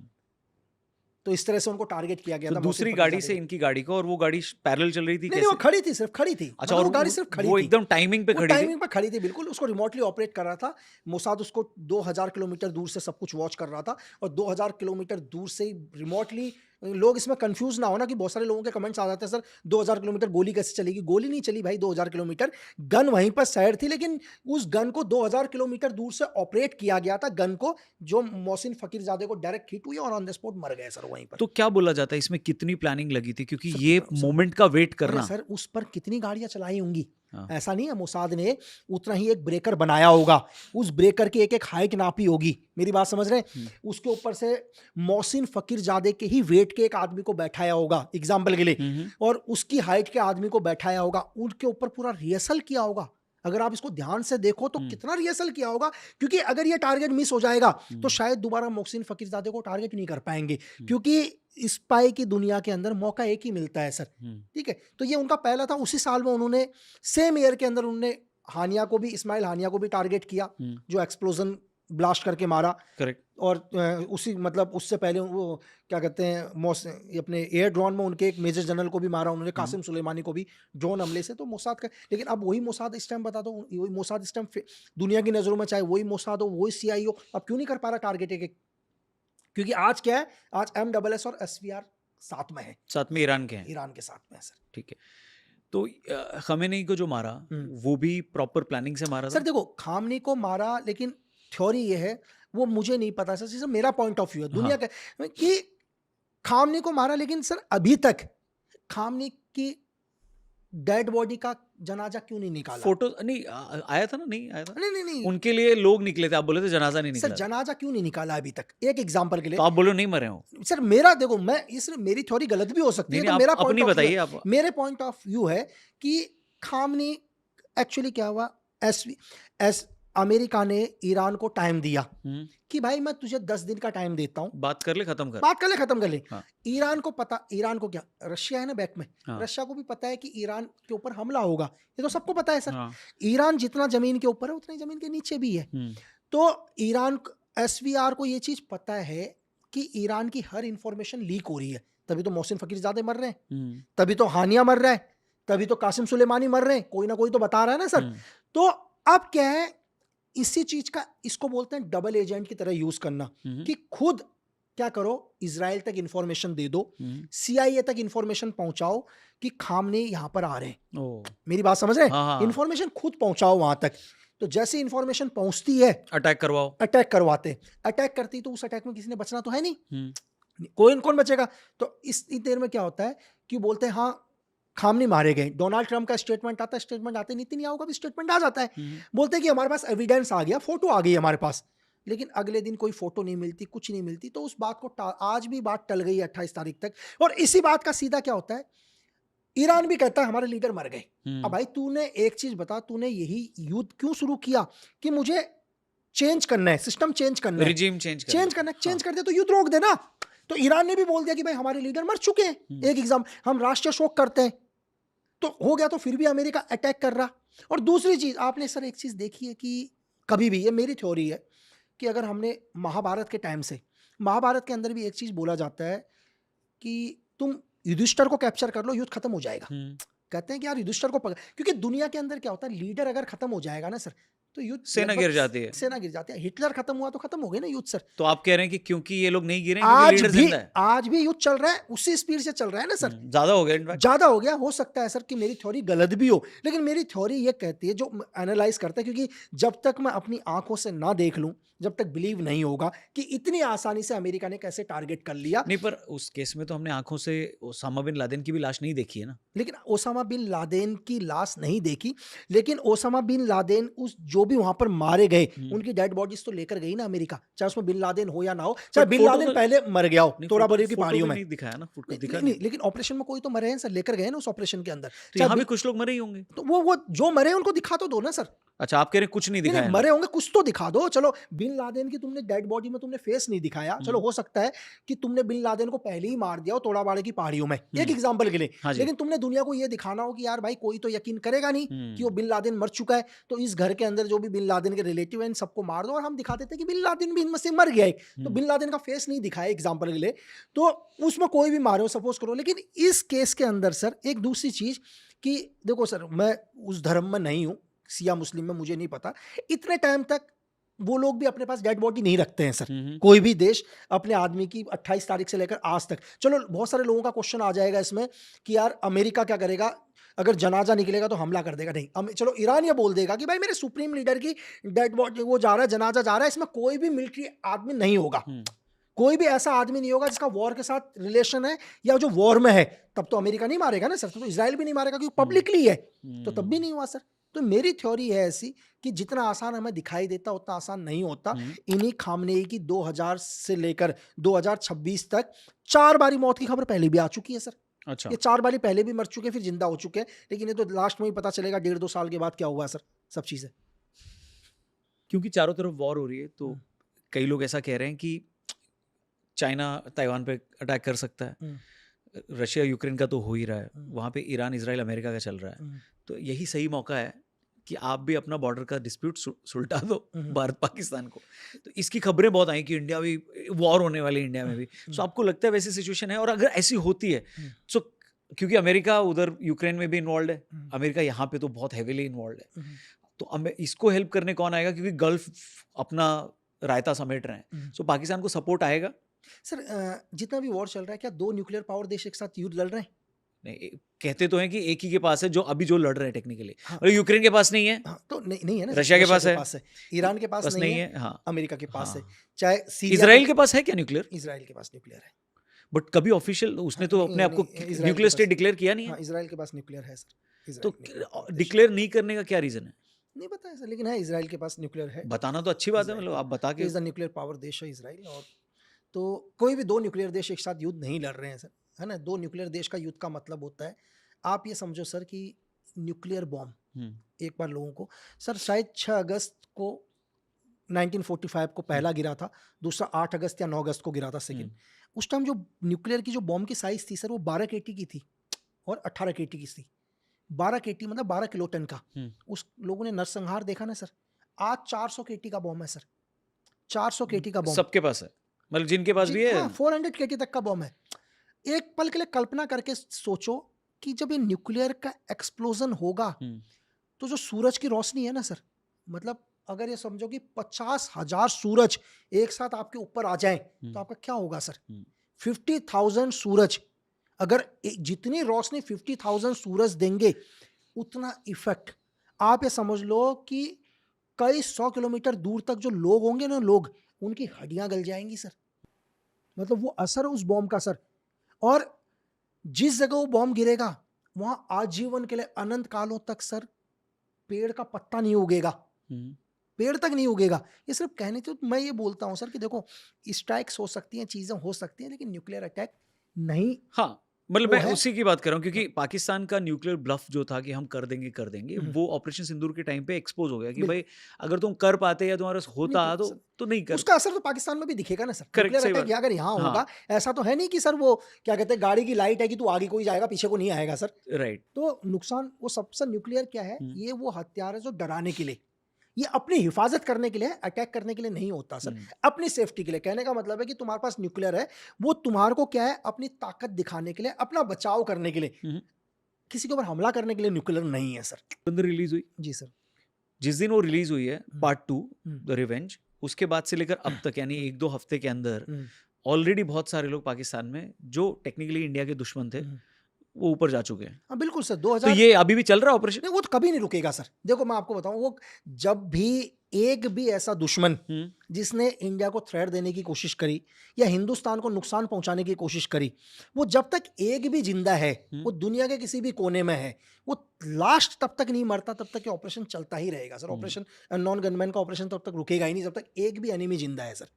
सो अननोन गनमैन आपका है या आपने वहां से भी हायर किया हुआ है? सर देखो एक्चुअली क्या होता है कि आज के टाइम के अंदर क्या है कि पाकिस्तान के अंदर बहुत सारे ऐसे पाकिस्तानी हैं जो खुद ही अपने लोगों से नफरत, जो खुद ही से नफरत कर रहे हैं, जो खुद ही आतंकवाद से नफरत कर रहे हैं सर। तो जरूरी नहीं है कि आप ही को लेके जाना पड़े।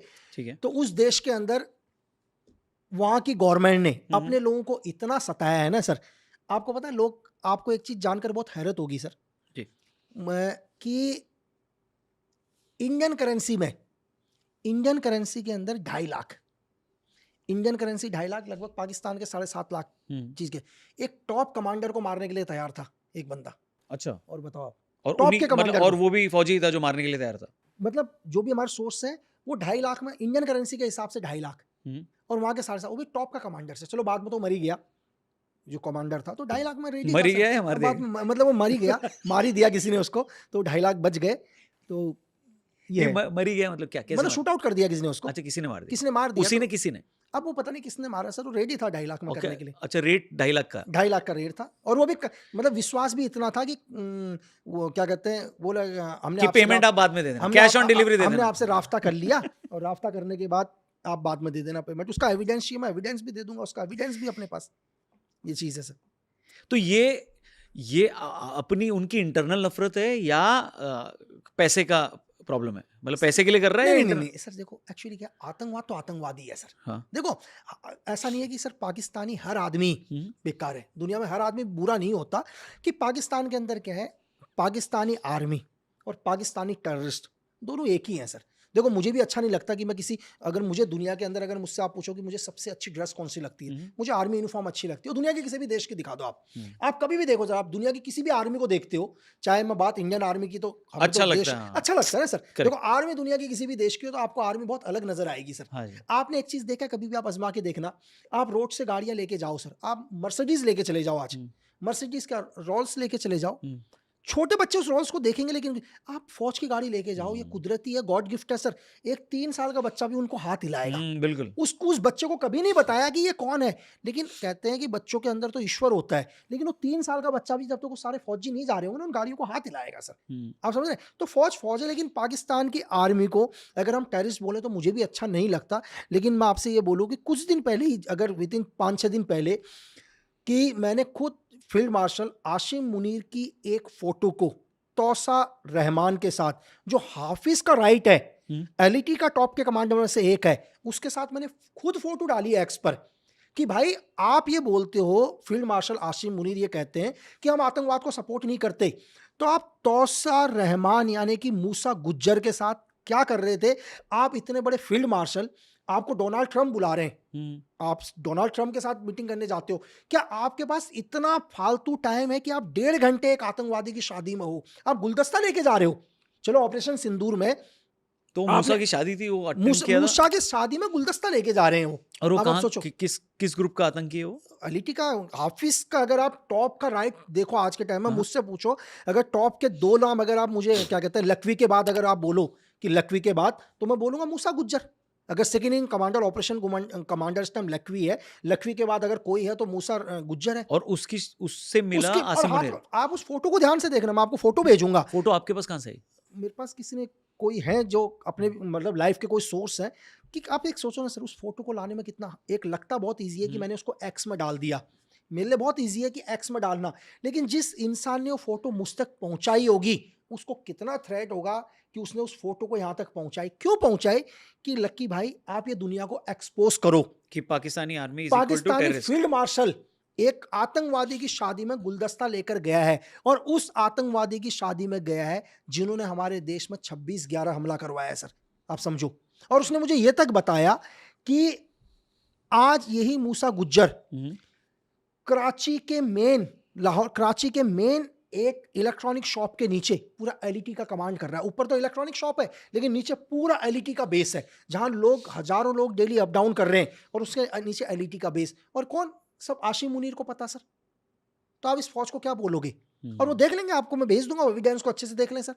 सो पाकिस्तानी आर्मी हो और इंक्लूडिंग आईएसआई को भी इसमें शामिल ही करते हैं सर आईएसआई और आर्मी एक ही है दोनों, एक ही है। मतलब दोनों, क्योंकि हमारे जैसा नहीं है, उनका आरएनडब्ल्यू का जैसा नहीं है कि मतलब उनके जो भी आईएसआई के चीफ बनेंगे वो भी लेफ्टिनेंट जनरल होते हैं। आईएसआई के अंदर आज तक की हिस्ट्री में उनका आर्मी के ही कनेक्ट लेफ्टिनेंट जनरल ही, और ज़्यादातर केस में आप पाकिस्तान हिस्ट्री चेक करो तो आईएसआई के जितने भी चीफ रहे उसमें से अधिकांश पाकिस्तान के जनरल ही बने। अगर आप अभी आसिम मुनीर की बात करो तो आसिम मुनीर भी पाकिस्तान के आईएसआई के चीफ थे, लेकिन जब अपना क्रिकेटर क्या नाम है अपना अकरम की सरकार आई थी तो उन्हें हटा दिया था। इमरान की जो सरकार आई थी तो उनको हटा दिया था सर आईएसआई चीफ से। तो तब से इमरान खान से नफरत थी। आज जो इमरान खान जेल के अंदर है ये इनकी नफरत की वजह से ही है सर। और जेल में भी उनके साथ अब्यूज हुआ तो बिल्कुल बिल्कुल बिल्कुल धीरे धीरे उनका, मैंने वो भी एक ऑडियो भी रिवील करी थी, मैंने अपने उसमें एक रील में एक ऑडियो भी रिवील करी थी कि जेल से ही मेरे पास एक ऑडियो भी आई थी कि इनके खाने के अंदर क्या किया जा रहा है, वो दवाई मिलाई जा रही है कि धीरे धीरे इनकी याददाश्त ही खत्म हो जाएगी। अब जब इमरान खान को यही नहीं पता होगा कि मैं इमरान खान हूँ, आने वाले टाइम में अगर उनको छोड़ भी देंगे तो वो आदमी क्या फायदा जिसको दुनिया में कुछ ही याद नहीं सर। तो कैसे आईएसआई का मतलब पाकिस्तान आर्मी कैसे पूरे पाकिस्तान के अंदर, ये इससे बड़ा उदाहरण कुछ हो नहीं सकता सर। धुरंधर 1 भी आई, 2 भी आई, उसके बाद भी पाकिस्तान में किलिंग्स हो रही हैं। बिल्कुल बिल्कुल वो सारे लोग मारे जा रहे हैं जो भारत के दुश्मन हैं। और उसमें एक नाम आया जिनको अब मारा जा रहा है या मार दिया गया पता नहीं, बाथरूम में फिसल के इंजर्ड हो गए, Bajwa chief of Pakistani army के चीफ रहे हो। चीफ क्या सर, आसिम मुनीर को लाने वाले यही थे। आसिम मुनीर को तो ऐसे आदमी बाथरूम में गिर गया? नहीं सर, वो तो देखो ये स्टेटमेंट है आसिम मुनीर का, और फिर इस्लामाबाद के अस्पताल में एडमिट था। नहीं मिलिट्री हॉस्पिटल में, सिविल हॉस्पिटल में होता तो हो सकता कुछ न्यूज और भी बाहर आ जाती। मतलब इस्लामाबाद के एक मिलिट्री हॉस्पिटल के अंदर, मिलिट्री हॉस्पिटल का मतलब पूरा आर्मी का कंट्रोल, वहां पर जो डॉक्टर होंगे वो भी कौन होंगे? मुनीर के ही लोग होंगे, आर्मी ऑफिसर होंगे सर। जैसे हमारे क्या कहते हैं आर्मी मेडिकल कोर के होते हैं, तो पाकिस्तान मेडिकल कोर के ही लोग होंगे सर। ठीक है, तो आर्मी ऑफिसर ही वहां पर डॉक्टर है, सब कुछ है। तो जो भी न्यूज आ रही है वो आसिम मुनीर के वहीं से आ रही है, क्योंकि अभी सुनने को ये भी आया है कि बाजवा ने क्या किया था अपने उसमें अपनी सरकार के दौरान बहुत पैसा कमाया था, मतलब 2000 करोड़ के आसपास का इनका टर्नओवर बताते हैं बाजवा का। तो लेकिन अभी कॉन्फ्लिक्ट है कि उस पूरे पैसे में भी आसिम मुनीर का ही कंट्रोल है। आप तो ये लगा लो, आप वो फिसल के मरे या कैसे मरे या मरने से पहले अपने पूरे पैसों का हिसाब आसिम मुनीर को दिया है, तो ये तो आसिम मुनीर को पता होगा, आईएसआई चीफ आसिम मलिक को पता होगा। एक न्यूज आई थी मसूद अजहर का बड़ा भाई भी मारा गया, मर गया, बीमार था या मर गया, ऐसा क्या था? मारा गया। कह रहा हूँ सर, अभी 31 तारीख की खबर है, परसों की खबर है, आज 2 तारीख है तो 31 की खबर है। तो दुनिया को मसूद अजहर ने ये बोला है कि भाई ये मतलब नॉर्मली मरा है। तो वही मैं आपसे कहता कि भागलपुर में इसका भी अंतिम संस्कार चल रहा था, जब इसका- बहावलपुर भावलपुर, ठीक। जहाँ पर इसका जैस का हेडक्वार्टर भी है पूरा का पूरा। तो लेकिन डेड बॉडी के पास क्योंकि कोई कैमरेस वगैरह अलाउड नहीं थे, लेकिन फिर भी जो बताया इंटरनल सोर्स ने कि उसका कान पूरा ब्लर था उसके कान में। अब पता नहीं कौन सी बीमारी ऐसी है कि जिसके कान से पूरा जहाँ ब्लड कान वगैरह फट है, गया। तो पूरा का पूरा ब्लड का निशान कान के अंदर से पूरा ब्लड का निशान था। तो ऐसे मतलब या तो किसी ने मारा ही होगा, तो डेफिनेटली अपनी मौत तो सर मुझे नहीं लगा कि पाकिस्तान का कोई भी टेररिस्ट आज तक खुद अपनी मौत मरा है। अपनी मौत तो कोई नहीं मरा आज तक। और जिस दिन धुरंधर रिलीज हुई थी उसके 1-2 दिन में ही एक मस्जिद के बाहर एक आदमी मारा गया। बिल्कुल बाद में बोला गया कि वो शायद मारा एलईटी गया, का कंफर्म भी किया उसको मारने का, चाकू भी मारे हैं उसको कि कंफर्म बचना नहीं चाहिए करके। तो कौन था? किसने? मतलब ये इंटरनल फाइट है या नहीं अननोन गनमैन सर, ये आदमी सुसाइड बिल्कुल नमाज पढ़ने के बाद उसको किलिंग करी है। कोई इंटरनल फाइट नहीं है, कोई गैंगस्टर की फाइट्स नहीं है, ठीक है। एक टेररिस्ट था और किसी अननोन पर्सन ने मार के चला गया सर। तो ये है। तो नॉट जो भी टेररिस्ट है उनको अननोन लोग ही मार रहे हैं। तो पाकिस्तान के अंदर यही चल रहा है। और एक शॉप की भी खबर आई जहाँ पे एक आदमी को भी गोली लगी। एक आदमी को गोली हाँ। मारी है, बिल्कुल। तो मैंने आपसे यही बोला ना सर, चाहे जो जैस के साथ हो, एलईटी के साथ हो, कोई भी कनेक्शन हो, तो ये न्यूज़ चलती रहेंगी सर। शायद जब तक आपका अभी अपना पॉडकास्ट रिलीज करेंगे तब भी आपको कोई खबर मिल जाएगी कि एक को और मार दिया। ये रीसेंट ट्रेंड है या अभी ज्यादा हो गया है? अभी ज्यादा सर, ये 2000 जहूर मिस्त्री के बाद ज्यादा है। वैसे जहूर मिस्त्री 22 में मरा था। हाँ 22 में मरा था शायद। 1 मार्च 2022 को मारा तो था। फिल्म में दिखाया है कि उसकी वीडियो कॉल कराई गई, बट एक्चुअली में उसकी फोटो ली गई थी।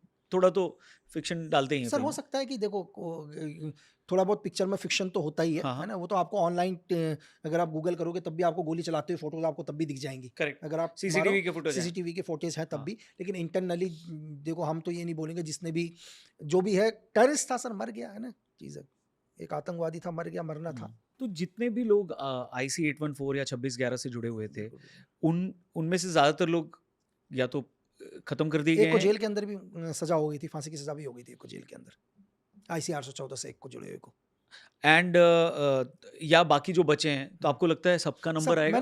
मैंने आपको बोला कि ये ऑपरेशन हाँ। जिसने भी किया है दुनिया में, ये तभी रुकेगा जब लास्ट आदमी खत्म हो जाएगा सर, तब ऑपरेशन रुकेगा सर। जो लास्ट बचा होगा, मतलब जिसने भी इंडिया को थ्रेट देने की कोशिश करी या हिंदुस्तान को नुकसान पहुंचाया, जिसने इनोसेंट लोगों को मारा, तो हिंदुस्तान ने एक वादा किया है सर। हिंदुस्तान ने ये बोला है कि तुम दुनिया में कहीं भी रहो, तुम अपनी कुदरती मौत नहीं मरोगे। ये वादा किया है सर। देखिए, धुरंधर में दिखाया है कि कैसे एक इंडियन स्पाई होता है, एजेंट होता है, वो भारत के जो दुश्मन है पाकिस्तान में, उनको एक एक करके निपटाता है। इस वक्त भारत का जो सबसे बड़ा दुश्मन है जो पाकिस्तान में है, कई हैं वैसे तो, हाफिज सईद का नाम आता है टॉप पे। क्या कभी ऐसा कोई ऑपरेशन हुआ है जिसमें हाफिज सईद को मारने की कोशिश की गई हो, या मार भी दिया गया हो और हमको पता नहीं हाफिज सईद जिंदा है या नहीं? ऐसा कभी भारत के एजेंट्स ने या किसी इंडियन स्पाई ने या किसी धुरंधर ने पाकिस्तान में अटेम्प्ट किया है हाफिज सईद को अटैक करने को? नहीं, बिल्कुल सर। मैं आपको कहानी बताता हूँ, आपको बढ़िया लगेगी, धुरंधर से भी बढ़िया लगेगी। ठीक है, ये रियल बात है? बिल्कुल सबको मिलेगा। जो चीज़ बोलूँगा एवरीथिंग मिलेगी। मतलब सर्च इंजन में, दुनिया के किसी भी सर्च इंजन में, गूगल, याहू, दुनिया में जो भी होता है, फोटो के साथ एविडेंस मिलेगा। ठीक है। तो दिन आते हैं, कहानी क्या है? कहानी आते हैं हम दोबारा ताज अटैक से। ठीक है, 26/11 में अटैक हुआ। लेकिन इस अटैक का असर सिर्फ हिंदुस्तान में ही नहीं हुआ, कहीं ना कहीं अमेरिका तक डर गया कि अमेरिका क्यों डरा इस अटैक से। अमेरिका ने कहा यार 2001 में वर्ल्ड ट्रेड सेंटर के घाव भरे नहीं थे उसके, बोला कि कहीं ना कहीं ये लोग यहाँ तक भी आएंगे।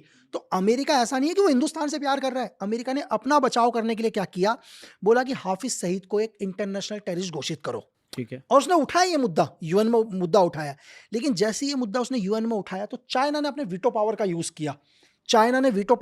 किया। इसको आप ऑनलाइन चेक कर सकते हो, और हाफिज सईद को इंटरनेशनल आतंकवादी घोषित होने से रोक दिया। लेकिन अमेरिका का प्रेशर था इतना कि मजबूरन में पाकिस्तान को क्या करना पड़ा, हाफिज सईद को जेल डालना पड़ा, नजरबंद, जेल के अंदर। अच्छा। लेकिन ये बात झूठी थी।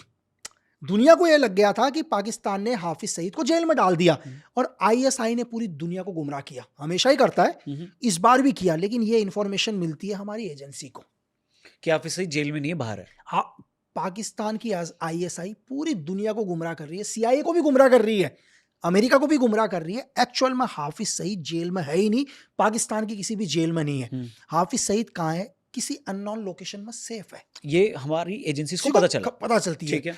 अब एजेंसी डिसाइड करती है कि इससे अच्छा मौका तो हो ही नहीं सकता हाफिज को मारने का, क्योंकि अब हाफिज को टारगेट करते हैं तो पाकिस्तान तो कह ही नहीं पाएगा कि भाई ये जेल के अंदर तो था नहीं, बाहर कैसे मर गया।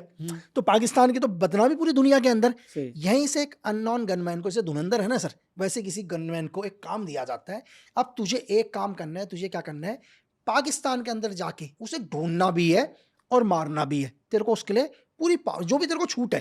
तो एक एजेंसी का बंदा आइडेंटिफाई किया, एक धुरंधर रेडी हो गया। अब इसके साथ लेकिन एक चीज और है, इजराइल का बहुत तगड़ा नेटवर्क है हर जगह। तो इजराइल के मोसाद के एक धुरंधर को भी उस पर ऐड किया जाता है। और इजराइल खुद ही हाफिज सईद के पीछे था, क्योंकि 26/11 में यहूदी फैमिली भी मारे गए थे, तो उनका भी टारगेट सेम था, दुश्मन एक था। तो जैसे लोग बोलते हैं ना कि दो एजेंसी एक साथ ऑपरेशन करती है, दो धुरंधर, तो यहां से होता है। लेकिन आप ये डायरेक्ट पाकिस्तान नहीं जा सकते। ये हमारा जो धुरंधर है वो दुबई जाता है एक बिजनेसमैन बनकर, और नॉर्मली एक एक्सीडेंट केस में दुबई के एक जेल में जाता है।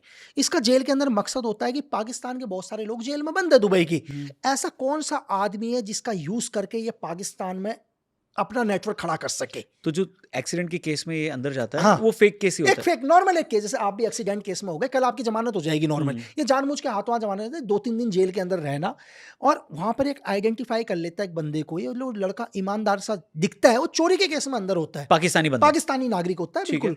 अब ये उसको उसके पास ये भी जाके पाकिस्तानी बनकर ही जाता है कि मैं भी कराची का रहने वाला हूँ, बड़ा बिजनेस टाइकॉन हूँ, ये हूँ। तो उस लड़के को समझ जाता चोरी के केस में।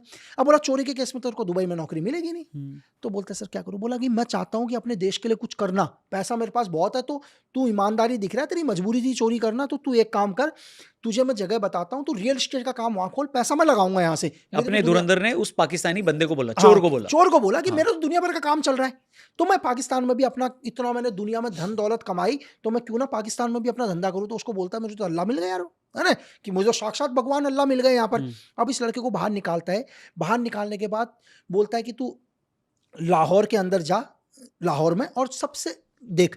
तो लड़का वहां से कई जगह बेचता है कि सर ये जगह, बोला नहीं नहीं और महंगी जगह, और मैं इसको रईसी एरिया देखना था, तो सबसे महंगे एरिया के अंदर अपना ऑफिस खोलता है उस लड़के के थ्रू। कहां पे? रियल एस्टेट में, जौहर के अंदर, लाहौर में एक जगह जौहर, वहां पर एक बड़ा रियल एस्टेट का काम खोलता है, लेकिन खुद वहां नहीं जाता अभी, उस लड़के के थ्रू काम चल रहा है, गाड़ी घोड़ा सब उसको अवॉइड कराता हो, लेकिन बोलता भाई एक काम सुन, बोला काम वाम होता रहेगा, लेकिन ध्यान रखना 5 टाइम की नमाज होनी बहुत जरूरी है, मैं 5 टाइम की नमाज पढ़ता हूँ, ठीक है। अब उसको 5 टाइम बोला, नहीं 5 टाइम की नमाज मस्जिद में पढ़ना तू, ठीक है, मस्जिदों में जा जाके। अब ये लड़का मस्जिदों में जाके नमाज आवाज पढ़े, ये हर इन्फॉर्मेशन, इसका काम था कि मस्जिद की भी इन्फॉर्मेशन, मस्जिद में कौन आ रहा है कौन नहीं। तो एक बार लड़का हो गया लेट, तो लड़का लेट हुआ, बोला क्या हुआ, बोला साहब, बोला बोलना मत, बोला हाँ, बोला कि आज थोड़ा टाइम लग गया, बोला कि हाफिज सईद मस्जिद में आया था नमाज पढ़ने के लिए, इतनी सी बस इसको यही समझ में आया था कि हाफिज सईद कौन सी मस्जिद में आ रहा है, तब इन्हें पता चल गया। अब ये फिर ये लड़का पाकिस्तान जाता है, हमारा वाला भी, ठीक है, अपनी पाकिस्तानी आइडेंटिटी के अंदर। अब इसका ऑलरेडी तो सेटअप वहां हो ही रखा था पूरा का पूरा, और वो कई टाइम से काम कर रहा था, तो सबको लगा इसका मालिक है। अब उसकी आड़ में हर चीज को रैकी करने लग गया, एवरीथिंग को। और वहां जाने के बाद क्या होता है, एक पाकिस्तानी लड़की, एक ब्रिगेडियर की लड़की को टारगेट करता है ये, और ब्रिगेडियर की लड़की से दोस्ती करता है। कैसे करता दोस्ती?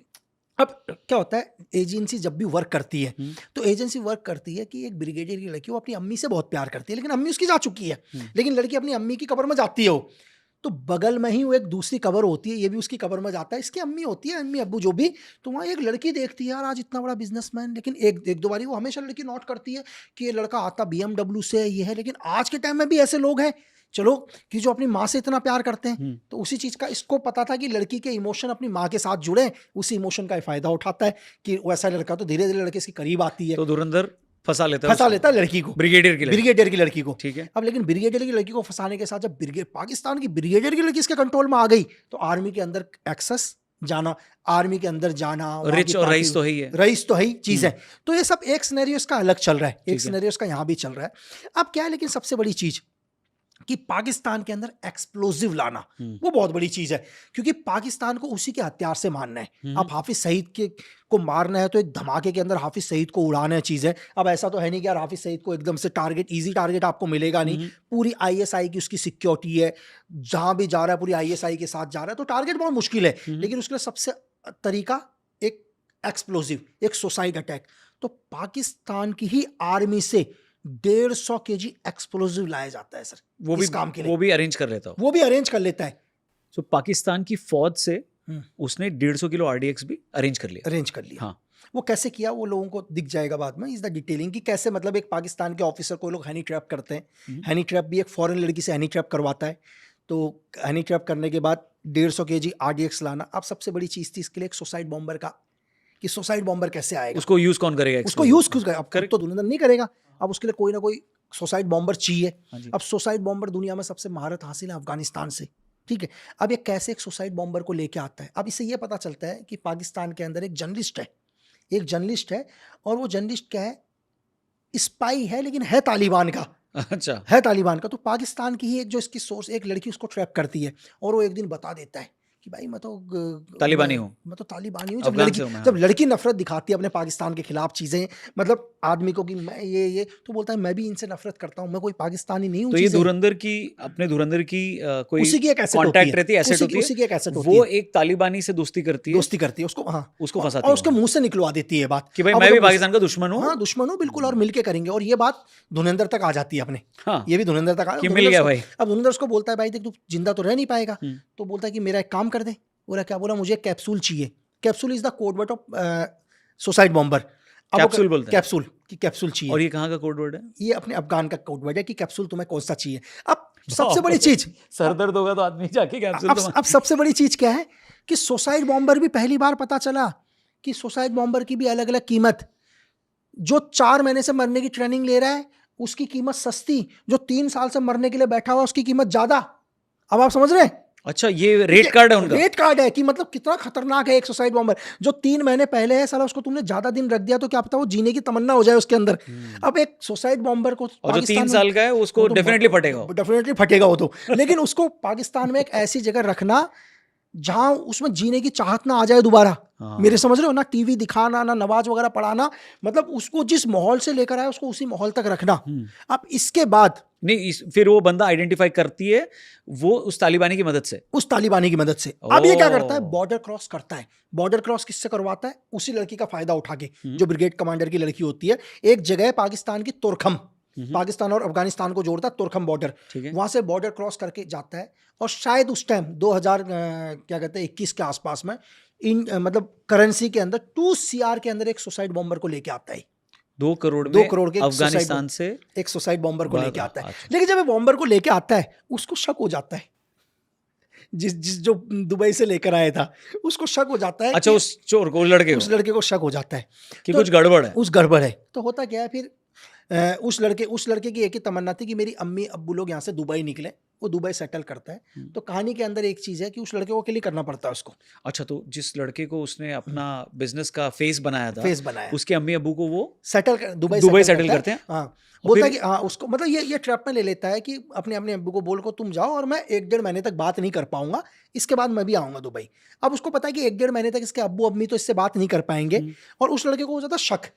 तो उसको शक हो कहीं, अब वो डर जाता है, और उसको लगता है, उसको शक होने लगता है, तो उसको लगता है भाई कुछ ना कुछ गड़बड़ है, तो मैं इसको पाकिस्तान आर्मी को बताऊं, रेंजर्स को बताऊं। और ये बात हमारे धुरंधर को पता चलती है कि इसको शक हो गया और ये कहीं ना कहीं लीक करेगा, तो इसको किल करता है वो। इसको किल करता है, और किल करने के बाद लास्ट टाइम पर जब पूरा हाफिज सईद जिस घर में रह रहा है, हाफिज सईद का घर से बाहर सिक्योरिटी, ISI की सिक्योरिटी कितनी दूर है, रेंजर्स कितनी दूर है, सोसाइटी इसके जो राइट हैंड लेफ्ट हैंड है कहाँ पर रह रहे हैं। अब पूरा का पूरा गाड़ी के अंदर एक्सप्लोजिव को प्लान किया जाता है, पूरी की पूरी गाड़ी तो में। बॉम्बर भी रेडी है, एक्सप्लोजिव भी रेडी है, हाँ, सब कुछ रेडी है। जो उसका एसेट था वो मर गया है, ठीक है। अब लेकिन डेट क्या था? ये डेट 23 जून 2021। अच्छा, डेट भी फिक्स है, डेट फिक्स है, इसी दिन अटैक होगा। अटैक पूरी गाड़ी में एक्सप्लोजिव लग चुका है।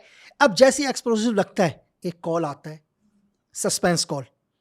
बोला कि कैलकुलेशन, बोला सर हाँ, पूरा 150 kg एक्सप्लोजिव लग चुका है, पूरा घर सब उड़ जाएगा। बोला नहीं।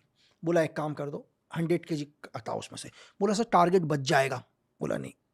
बोला कि टारगेट मर जाएगा, लेकिन अगला हाफिज तैयार है ISI का, और ISI खुद चाहता है कि एक इससे भी ज्यादा आक्रामक हाफिज है, इसको शहीद का दर्जा दे देंगे। ठीक है, अब एक काम करो, इसको आज कयामत दिखा दो, मतलब मौत दिखा दो। 4-5 लोग तो मरेंगे इसके। आज इसको वो मौत दिखाओ कि ये जीवन में कभी भी हिंदुस्तान के अगेंस्ट बोलने की हिम्मत ना करे, मतलब जब तक जिए तब तक इसको ये नजारा इसके आंखों से खत्म ना हो।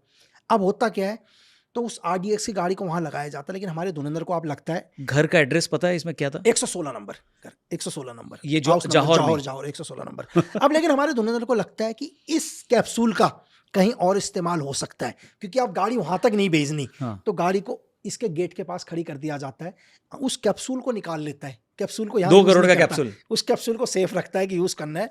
और 23 जून 2021 को धमाका होता है। आप चेक करना ऑन रिकॉर्ड, अभी आपको 5 या 6 लोग मरते हैं इसमें, हाफिज का राइट हैंड भी मरता है। और इसके बाद दुनिया में पहली बार लोगों को पता चलता है कि पाकिस्तान पूरी दुनिया को गुमराह कर रहा है, हाफिज सईद तो जौहर में ले रहा है, पाकिस्तान जवाब नहीं दे पाता पूरी दुनिया को।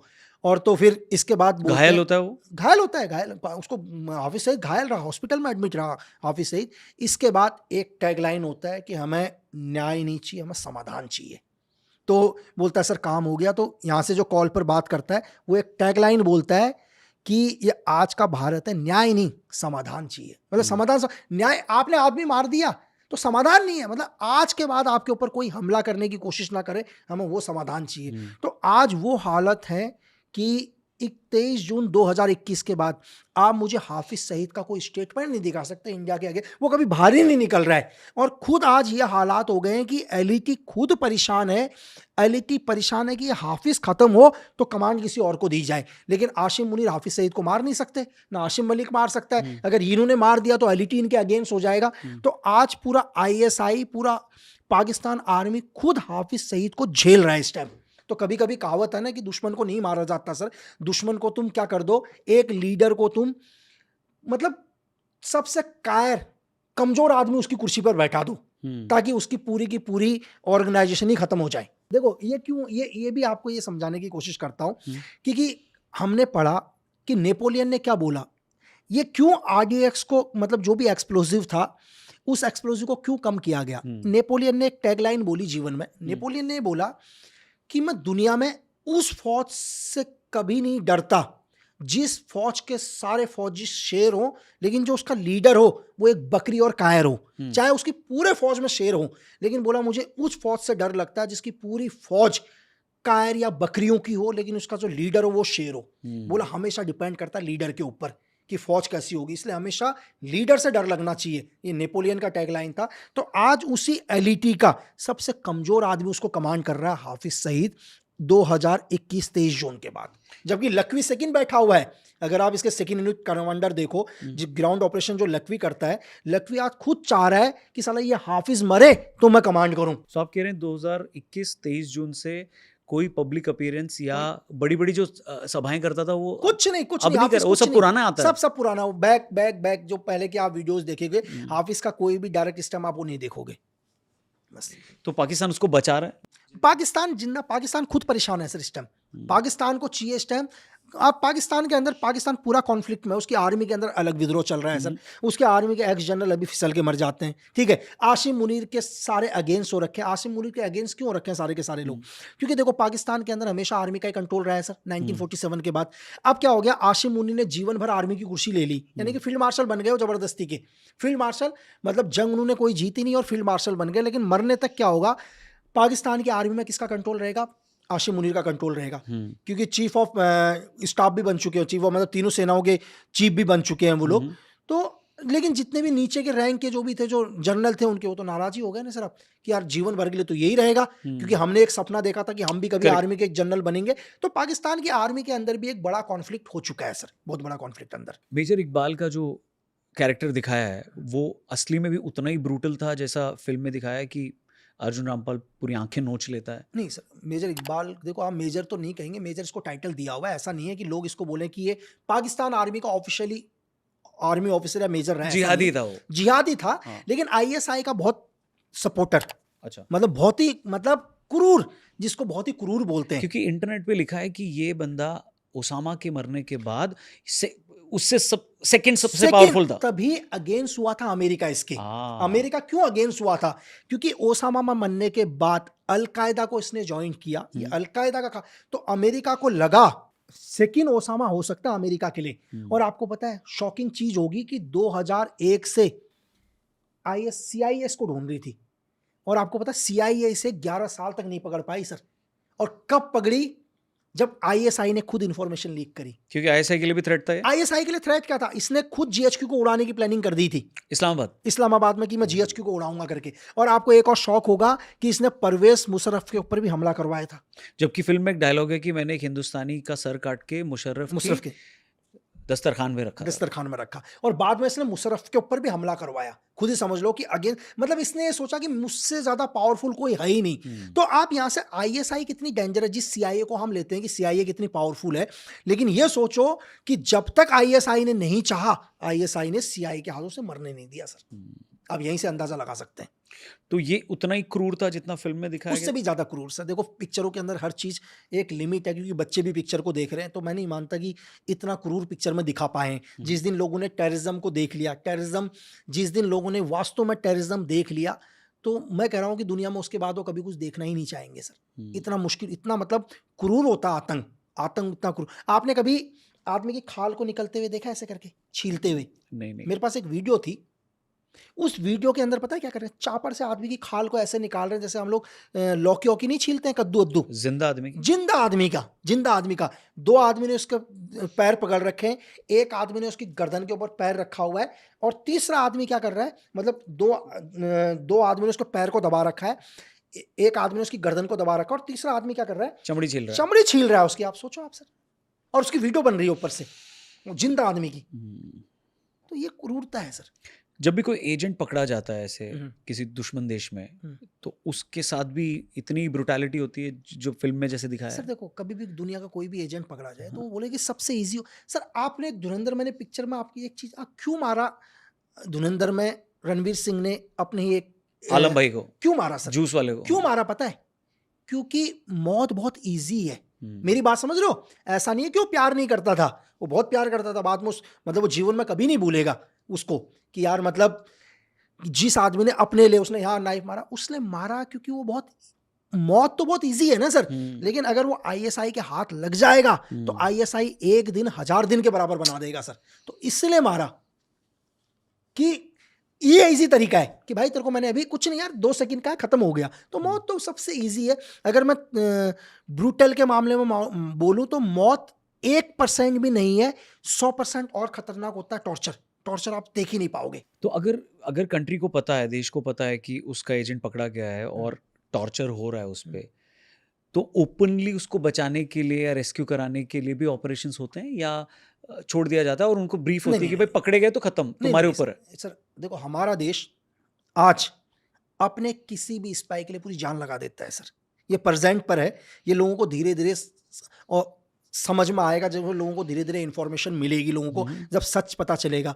बहुत सारे लोगों में इसमें से लोग क्वेश्चन कर देते हैं कि दाऊद के ऊपर, कि दाऊद अगर इतना ही है तो दाऊद को क्यों नहीं मारा। आज भी आप वीडियो देख लो, कई लोगों के क्वेश्चन हो जाएंगे इंटरव्यूज में, दाऊद को क्यों नहीं मारा। सर पहले समझना बहुत जरूरी है यार। कहना बहुत आसान है, हम टेबल पर बैठकर बात कुछ भी कर दें। क्या है भाई, पाकिस्तान एक अलग देश है, वो हमारा देश नहीं है, एक अलग स्टेट है।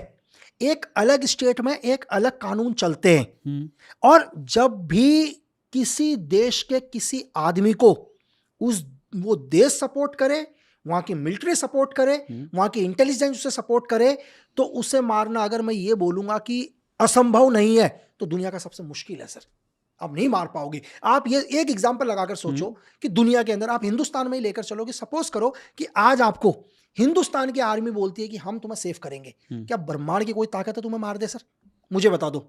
तो दाऊद पे मैं आऊंगा, हाँ, और कुलभूषण जाधव पे भी मैं आऊंगा, क्योंकि कुलभूषण जाधव से जुड़ा हुआ एक ऐसा इंसिडेंट है जिससे जुड़े एक ऑपरेशन में आप भी शामिल हैं, और आपकी बायोपिक का आई थिंक पार्ट 1 है वो। हाँ, मतलब पहला पार्ट बनेगा उस पर ही, उस पे फिल्म आने वाली है। और सेकंड जो फिल्म आएगी, यानी आपके बायोपिक की जो पार्ट 2 आएगी, जो आपने अपने धुरंधर की कहानी बताई, जहाँ पे हाफिज पे अटैक हुआ था। सेकंड तो हमने सुन लिया, कुलभूषण जाधव वाला हम जानेंगे, दाऊद के ऊपर भी मैं आपसे क्वेश्चन पूछूंगा। लेकिन उससे पहले एक स्पाई का, एक एजेंट का जो इमोशनल बॉन्ड उसको कनेक्ट करना होता है दूसरे दुश्मन देश में जाके, वो उस एजेंट का रोल होता है। वो उसको क्लियरली, उसकी ट्रेनिंग ऐसी है कि वो उसको परेशान नहीं करेगा। सपोज उसकी गर्लफ्रेंड बनती है, या पत्नी बनती है, या बच्चा भी होता है, डे में भी हमने देखा है कि बिल्कुल। इरफान खान साहब ने एक रोल किया था जहाँ पे पत्नी बच्चा हो रहा है और सालों तक वो वहाँ हैं, हाँ। मस्जिद में जाते हैं नमाज के लिए, अपनी एक लाइफ जीते हैं। कई केसेस में तो हमने ये भी देखा है कि वो धर्म भी बदलते हैं। तो ये सारी चीज़ें एक स्पाई को इतनी रोबस्ट ट्रेनिंग होती है कि वो उसको परेशान नहीं करती सर देखो, मैं आपको क्या बोल रहा हूँ, या वो चिंतित हो जाता नहीं है। नहीं नहीं सर, देखो क्या होता है कि वो मेरा काम है, आप काम करते हैं, तो वो डिस्टिंक्शन करता है कि ये मेरा काम ही है। ये सिर्फ काम है। अगर एक वो प्यार कर रहा है, वो प्यार नहीं है, वो मेरा वर्क है। वर्क और प्यार में फर्क होता है सर। एक आदमी अगर किसी बट आप लड़की से, शादी कर रहे हो, बच्चा कर रहे नहीं हो। वो मेरा काम है सर, अच्छा वो ये काम है। एजेंट को क्लियर है कि ये काम ही कर रहा हूँ। एक एजेंट की सबसे बड़ी ड्यूटी है खासियत, मेरी। एक एजेंट की सबसे बड़ी खासियत क्या होनी चाहिए सर? सबसे बड़ी खासियत, देश प्रेम को छोड़कर, देखो देश प्रेम होगा तभी वो एजेंट होगा। देश प्रेम से बड़ा कोई धर्म नहीं है, तो उसके लिए पहले ही है सर कि मतलब मैं दुनिया में कहीं भी रहूं, हाँ। धरती के किसी भी कोने में रहूं, बस मुझे कभी ये नहीं भूलना चाहिए कि मैं यहां क्यों आया हूं, मेरा मकसद क्या है, किस लिए आया हूं, इस चीज को। दूसरा, एक एजेंट के अंदर झूठ बोलने में महारत हासिल होनी चाहिए सर। वो ऐसा झूठ बोले कि 100 सच भी उसके सामने फीके पड़ जाएं सर। मेरी बात समझ लो कि आज बहुत सारे लोग, मतलब अगर वो किसी लड़की से प्यार कर रहा है ना, तो ओनली वर्क है। आज आप ऑफिस जाते हो सर, आपका काम है ऑफिस जाना, आप खाना खाते हो सर। अगर कल किसी आदमी को ये बोल दो कि दुनिया में तुझे भूख ही नहीं लगेगी, वो कभी खाना ही नहीं खाएगा सर। आपको भूख लग रही है तो खाना खा रहे हो, वर्क है। एक लड़की से प्यार कर रहा है, प्यार नहीं, वो सिर्फ काम है। एक बच्चा उसका पैदा हो रहा है, उसको एक सेफ्टी चाहिए ताकि लोगों का और विश्वास हो जाए। मेरी बात समझो, ये बच्चा क्या होगा, मेरे को सेफ गार्ड होगा। अब तो मैं यहाँ पुराना हो चुका हूँ, मेरे 2 बच्चे भी हैं, तो लोग कभी इस पर वो नहीं करेंगे, मतलब उसको तो ये शक्ति सब नजर ही पूरी एक्टिंग ही कर रहा है वो। ये सिर्फ एक काम है उसका, काम के अलावा कुछ भी नहीं है उसका। जिस दिन उसका काम पूरा होगा, चाहे वो 1 साल के बाद हो, चाहे वो 10 साल के बाद हो, चाहे वो 20 साल के बाद हो, वो उन सबको छोड़ के वापस आ जाएगा सर। तो वो इमोशनल नहीं होगा, मिशन से नहीं हटेगा। कभी ऐसा हुआ है कि मिशन से हट गया हो, कॉम्प्रोमाइज हो गया हो? नहीं नहीं सर, देखो मैं आपको बताऊं, सबसे पहले सर मुझे थोड़ा सा एक चीज की लगता है, जैसे हम और आप बात कर रहे हैं अभी, हम में और एक स्पाई जब काम करेगा उसमें क्या फर्क है सर? हम तो बात कर रहे हैं, आप हम में भी क्या है सर, पता है? जैसे आप मुझसे क्वेश्चन कर रहे हैं, आपके दिमाग के अंदर क्या हो रहा है सर? जैसे आप शब्द बोलते हैं, आपके दिमाग में चीजें आ जाती हैं, फिर आपके शब्द निकलते हैं, आपकी बॉडी क्या होती है, रिएक्ट होती है। जैसे अभी मुझे गुस्सा आएगा, तो मेरी बॉडी को गुस्सा बाद में दिखेगा, मेरे अंदर दिमाग में पहले गुस्सा आ जाएगा, तभी तो मैं आपको गाली दूंगा और मेरी बॉडी वैसी एक्शन करेगी। ये हम नेचुरल हैं इस टाइम जीवन के। आपका किसी से झगड़ा होता है, झगड़ा होते ही ऐसे नहीं है कि आप किसी को पंच मार देते हो, पहले आपके अंदर गुस्सा आता है, गुस्सा आने के बाद आपकी बॉडी रिएक्ट करती है और आप किसी को क्या करते हो, हिट करते हो, ये एक्शन होता है। लेकिन जैसे आप स्पाई वर्ल्ड में चले जाते हो, स्पाई वर्ल्ड में क्या होता है सर, आपको स्क्रिप्ट पहले मिल चुकी है पूरी की पूरी, शब्द आपके पास पहले आ चुके हैं, इमोशन आप बाद में लेके आ रहे हो।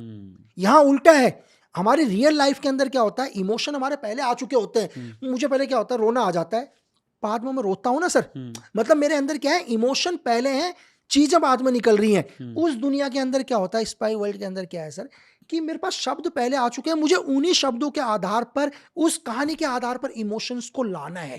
दोनों उल्टे हैं, और ये ट्रेनिंग का ही पार्ट है, ट्रेनिंग की वही चीज है। मुझे एक फिल्म पे कंट्रोवर्सी हुई थी राजी को लेकर, जहाँ पे जब आलिया भट्ट वापस आती है तो बहुत इमोशनल होती है, टूट जाती हैं, और फिर उनके जो राइटर हैं उनका कहना था कि ये फिल्म को बहुत ही ट्विस्ट कर दिया गया, क्योंकि कोई एजेंट ऐसा नहीं होता कि भाई मैं, क्योंकि उनका प्रेमा, राजी देखी है आपने? हाँ मैंने देखी है राजी। तो उसमें एंड में विकी कौशल मरता है और फिर ये इमोशनल हो जाती है कि मैंने मार दिया, फिर उसके पेट में बच्चा रह जाता है, फिर वो बच्चे को भी पालती हैं, फिर बच्चा भी नेवी का ऑफिसर बन जाता है। तो कह रहे थे ये पूरा ट्विस्ट एंड टर्न कर दिया। तो आप ये कह रहे हैं कि अगर वो मिशन पे गई है, उस मिशन में उसका जो पति है जिससे रिलेशन बना है वो मरता है तो भी उसको अफेक्ट नहीं होगा? सर वो ओनली काम है सर, वो रिलेशन नहीं है, वो सिर्फ उसका वर्क है, उसको कोई फर्क नहीं पड़ेगा। तो अटैचमेंट उतना नहीं होता कुछ वो मतलब 1% के लिए हम मान सकते हैं कि सेकंड्स के लिए, लेकिन वो मायने नहीं रखता। वो मायने, चलो ह्यूमन नेचर, मिशन ज्यादा इंपॉर्टेंट है, मिशन ज्यादा, रिलेशन उतने इंपॉर्टेंट नहीं, बच्चा इंपॉर्टेंट नहीं, कुछ इंपॉर्टेंट नहीं। इसके बहुत सारे उदाहरण इस देश के अंदर है ना सर। अगर आप रविंद्र कौशिक सर की हिस्ट्री सब लोगों को पता है, उन्होंने देख चुकी होगी, ये एक उदाहरण है। मैं आपको बताऊं कि इस देश के अंदर ऐसे हजारों लोग हैं जिन्होंने अपना सर्वोच्च बलिदान दिया, जिनका नाम आज भी हम नहीं जानते सर, लेकिन उन्होंने इतना बड़ा बलिदान दिया, वो इतना बड़ा सर्वोच्च बलिदान दिया कि हमारे पास शब्द, कि हम इसलिए नहीं बात कर पा रहे क्योंकि हमारे को उनके बारे में पता नहीं है सर। आज भी जितनी देर में हम बात कर रहे हैं, तो सिर्फ मैं एक पाकिस्तान नहीं बोलूंगा सर, दुनिया के कितने देशों के अंदर कोई अपना सब कुछ छोड़ के गया हुआ है। वो क्यों छोड़ के गया हुआ है? ताकि आप और हम लोग सेफ रहें, हमारा देश सेफ रहे। तो उस चीज के लिए अपना सब कुछ छोड़ के चला गया सर। यहाँ तो एक बच्चा अगर अपने घर से जाता है तो घर वाले 4 बारी बोलते हैं, बेटा 10 बारी फोन कर देना, पहुंच गया तो फोन कर देना, आप वापस आएगा फोन कर देना, 2 घंटे फोन ना आए तो 10 मैसेज। कभी उन बच्चों का पूछो सर जो जाते हैं और वापस बोलते हैं हम कभी वापस नहीं आएंगे। कभी एक पल के लिए सोच के देखो ना इतना, कि वो भी तो इंसान ही है सर। अगर कोई आदमी इनमें से ये बोल दे कि पैसे के लिए गया है, तो सर मैं बोलता हूँ धरती का सबसे जाहिल इंसान है, जिसके दिमाग में भी ये सवाल आता है कि पैसे के लिए गया होगा। तो मैं बोलता हूँ कि उसकी सोच इंसानों वाली है ही नहीं सर, जो पैसों से तुलना कर रहा है इस चीज की। धुरंधर में एक सीन भी दिखाया जहाँ पे जब आलम मर रहा होता है तो कहता है कि एक पॉकेट मार को, बरेली के पॉकेट मार को इतना बड़ा काम दिया था। तो अगर कोई बंदा क्रिमिनल बैकग्राउंड का है तो क्या उसमें भी लॉयल्टी डाली जा सकती है, उसको भी एक लॉयल एजेंट बनाया जा सकता है? सर देखो, दुनिया के अंदर हाँ, धरती का कोई भी आदमी, इस संसार का हर आदमी के 2 पहलू हैं सर। संसार में कोई भी व्यक्ति है वो अच्छा भी होगा बुरा भी होगा। ठीक है। धरती में कोई ये बोल ही नहीं सकता कि मैं अच्छा ही अच्छा हूं। आप मेरे सामने इस ब्रह्मांड का कोई भी आदमी ला दो, है तो इंसान ही। इंसान, ईश्वर तो नहीं है ना सर। तो अगर इंसान है तो कुछ ना कुछ कमी होगी, तभी तुम इंसान हो। तो अगर कमी है किसी अंदर, किसी के अंदर अच्छाई भी होगी सर। आप मेरी बात समझ रहे हैं? आपका सामने वाला हैंडलर कौन है सर, उसे कैसे यूज करता है। सबसे बड़ी चीज ये है कि जो आपको मिशन में भेज रहा है, जो आपको ट्रेंड कर रहा है, जिसने आपको तैयार किया, उसने आपके जीवन की कौन सी चीज देखी। सपोज करो कि आज आपने अपने दोस्त का बदला लिया और गोली मार दी। दुनिया बोलती है आप कातिल हो। चलो, आप पूरी दुनिया आपके लिए लिख देती है यार ये तो मर्डरर है, तो कातिल है, इसने आदमी को मार दिया। ये पहलू सबको दुनिया में नजर आ रहे हैं, लेकिन कहीं ना कहीं उस इंसान के अंदर अपने दोस्त को लेके प्यार था। वो कोई नहीं देख रहा। उसने कहा कि, लेकिन किसी इंसान ने देख लिया कि यार इसने अपने दोस्त के प्यार के लिए, अपने दोस्त के लिए किसी को मारा है। किसी इंसान को वो नजर आया कि ये अपने दोस्त से इतना प्यार करता है कि अपना जीवन फांसी में चढ़ने के लिए तैयार है। कोई आदमी वो देखता है, कोई आदमी ये देखता है। देखने वाले के ऊपर है कि सामने वाला क्या देखता है सर। वेल, लकी बिस्ट के साथ ये पॉडकास्ट का पार्ट 1 था। पार्ट 2 हम लोग जल्दी रिलीज करेंगे। उसमें दाऊद के बारे में बात होगी, ISI के पूरे नेटवर्क के बारे में बात होगी, हमारे अननोन गनमैन के बारे में बात होगी। कुछ ऐसे ऑपरेशंस को भी हम डिस्कस करेंगे जो हमारे देश के धुरंधरों ने दूसरी धरती पर किया, इस धरती को बचाने के लिए, भारत को बचाने के लिए। सो पार्ट 2 भी जरूर देखना, चैनल को सब्सक्राइब करना, और ये वाले पार्ट से अगर कुछ सवाल आपके मन में आते हैं तो उन्हें भी कमेंट सेक्शन में जरूर लिखना। Thank you for watching. जल्दी मिलते हैं। जय हिंद। सब्सक्राइब करना हमारा चैनल। पाजी नेक्स्ट पार्ट में मिलते हैं।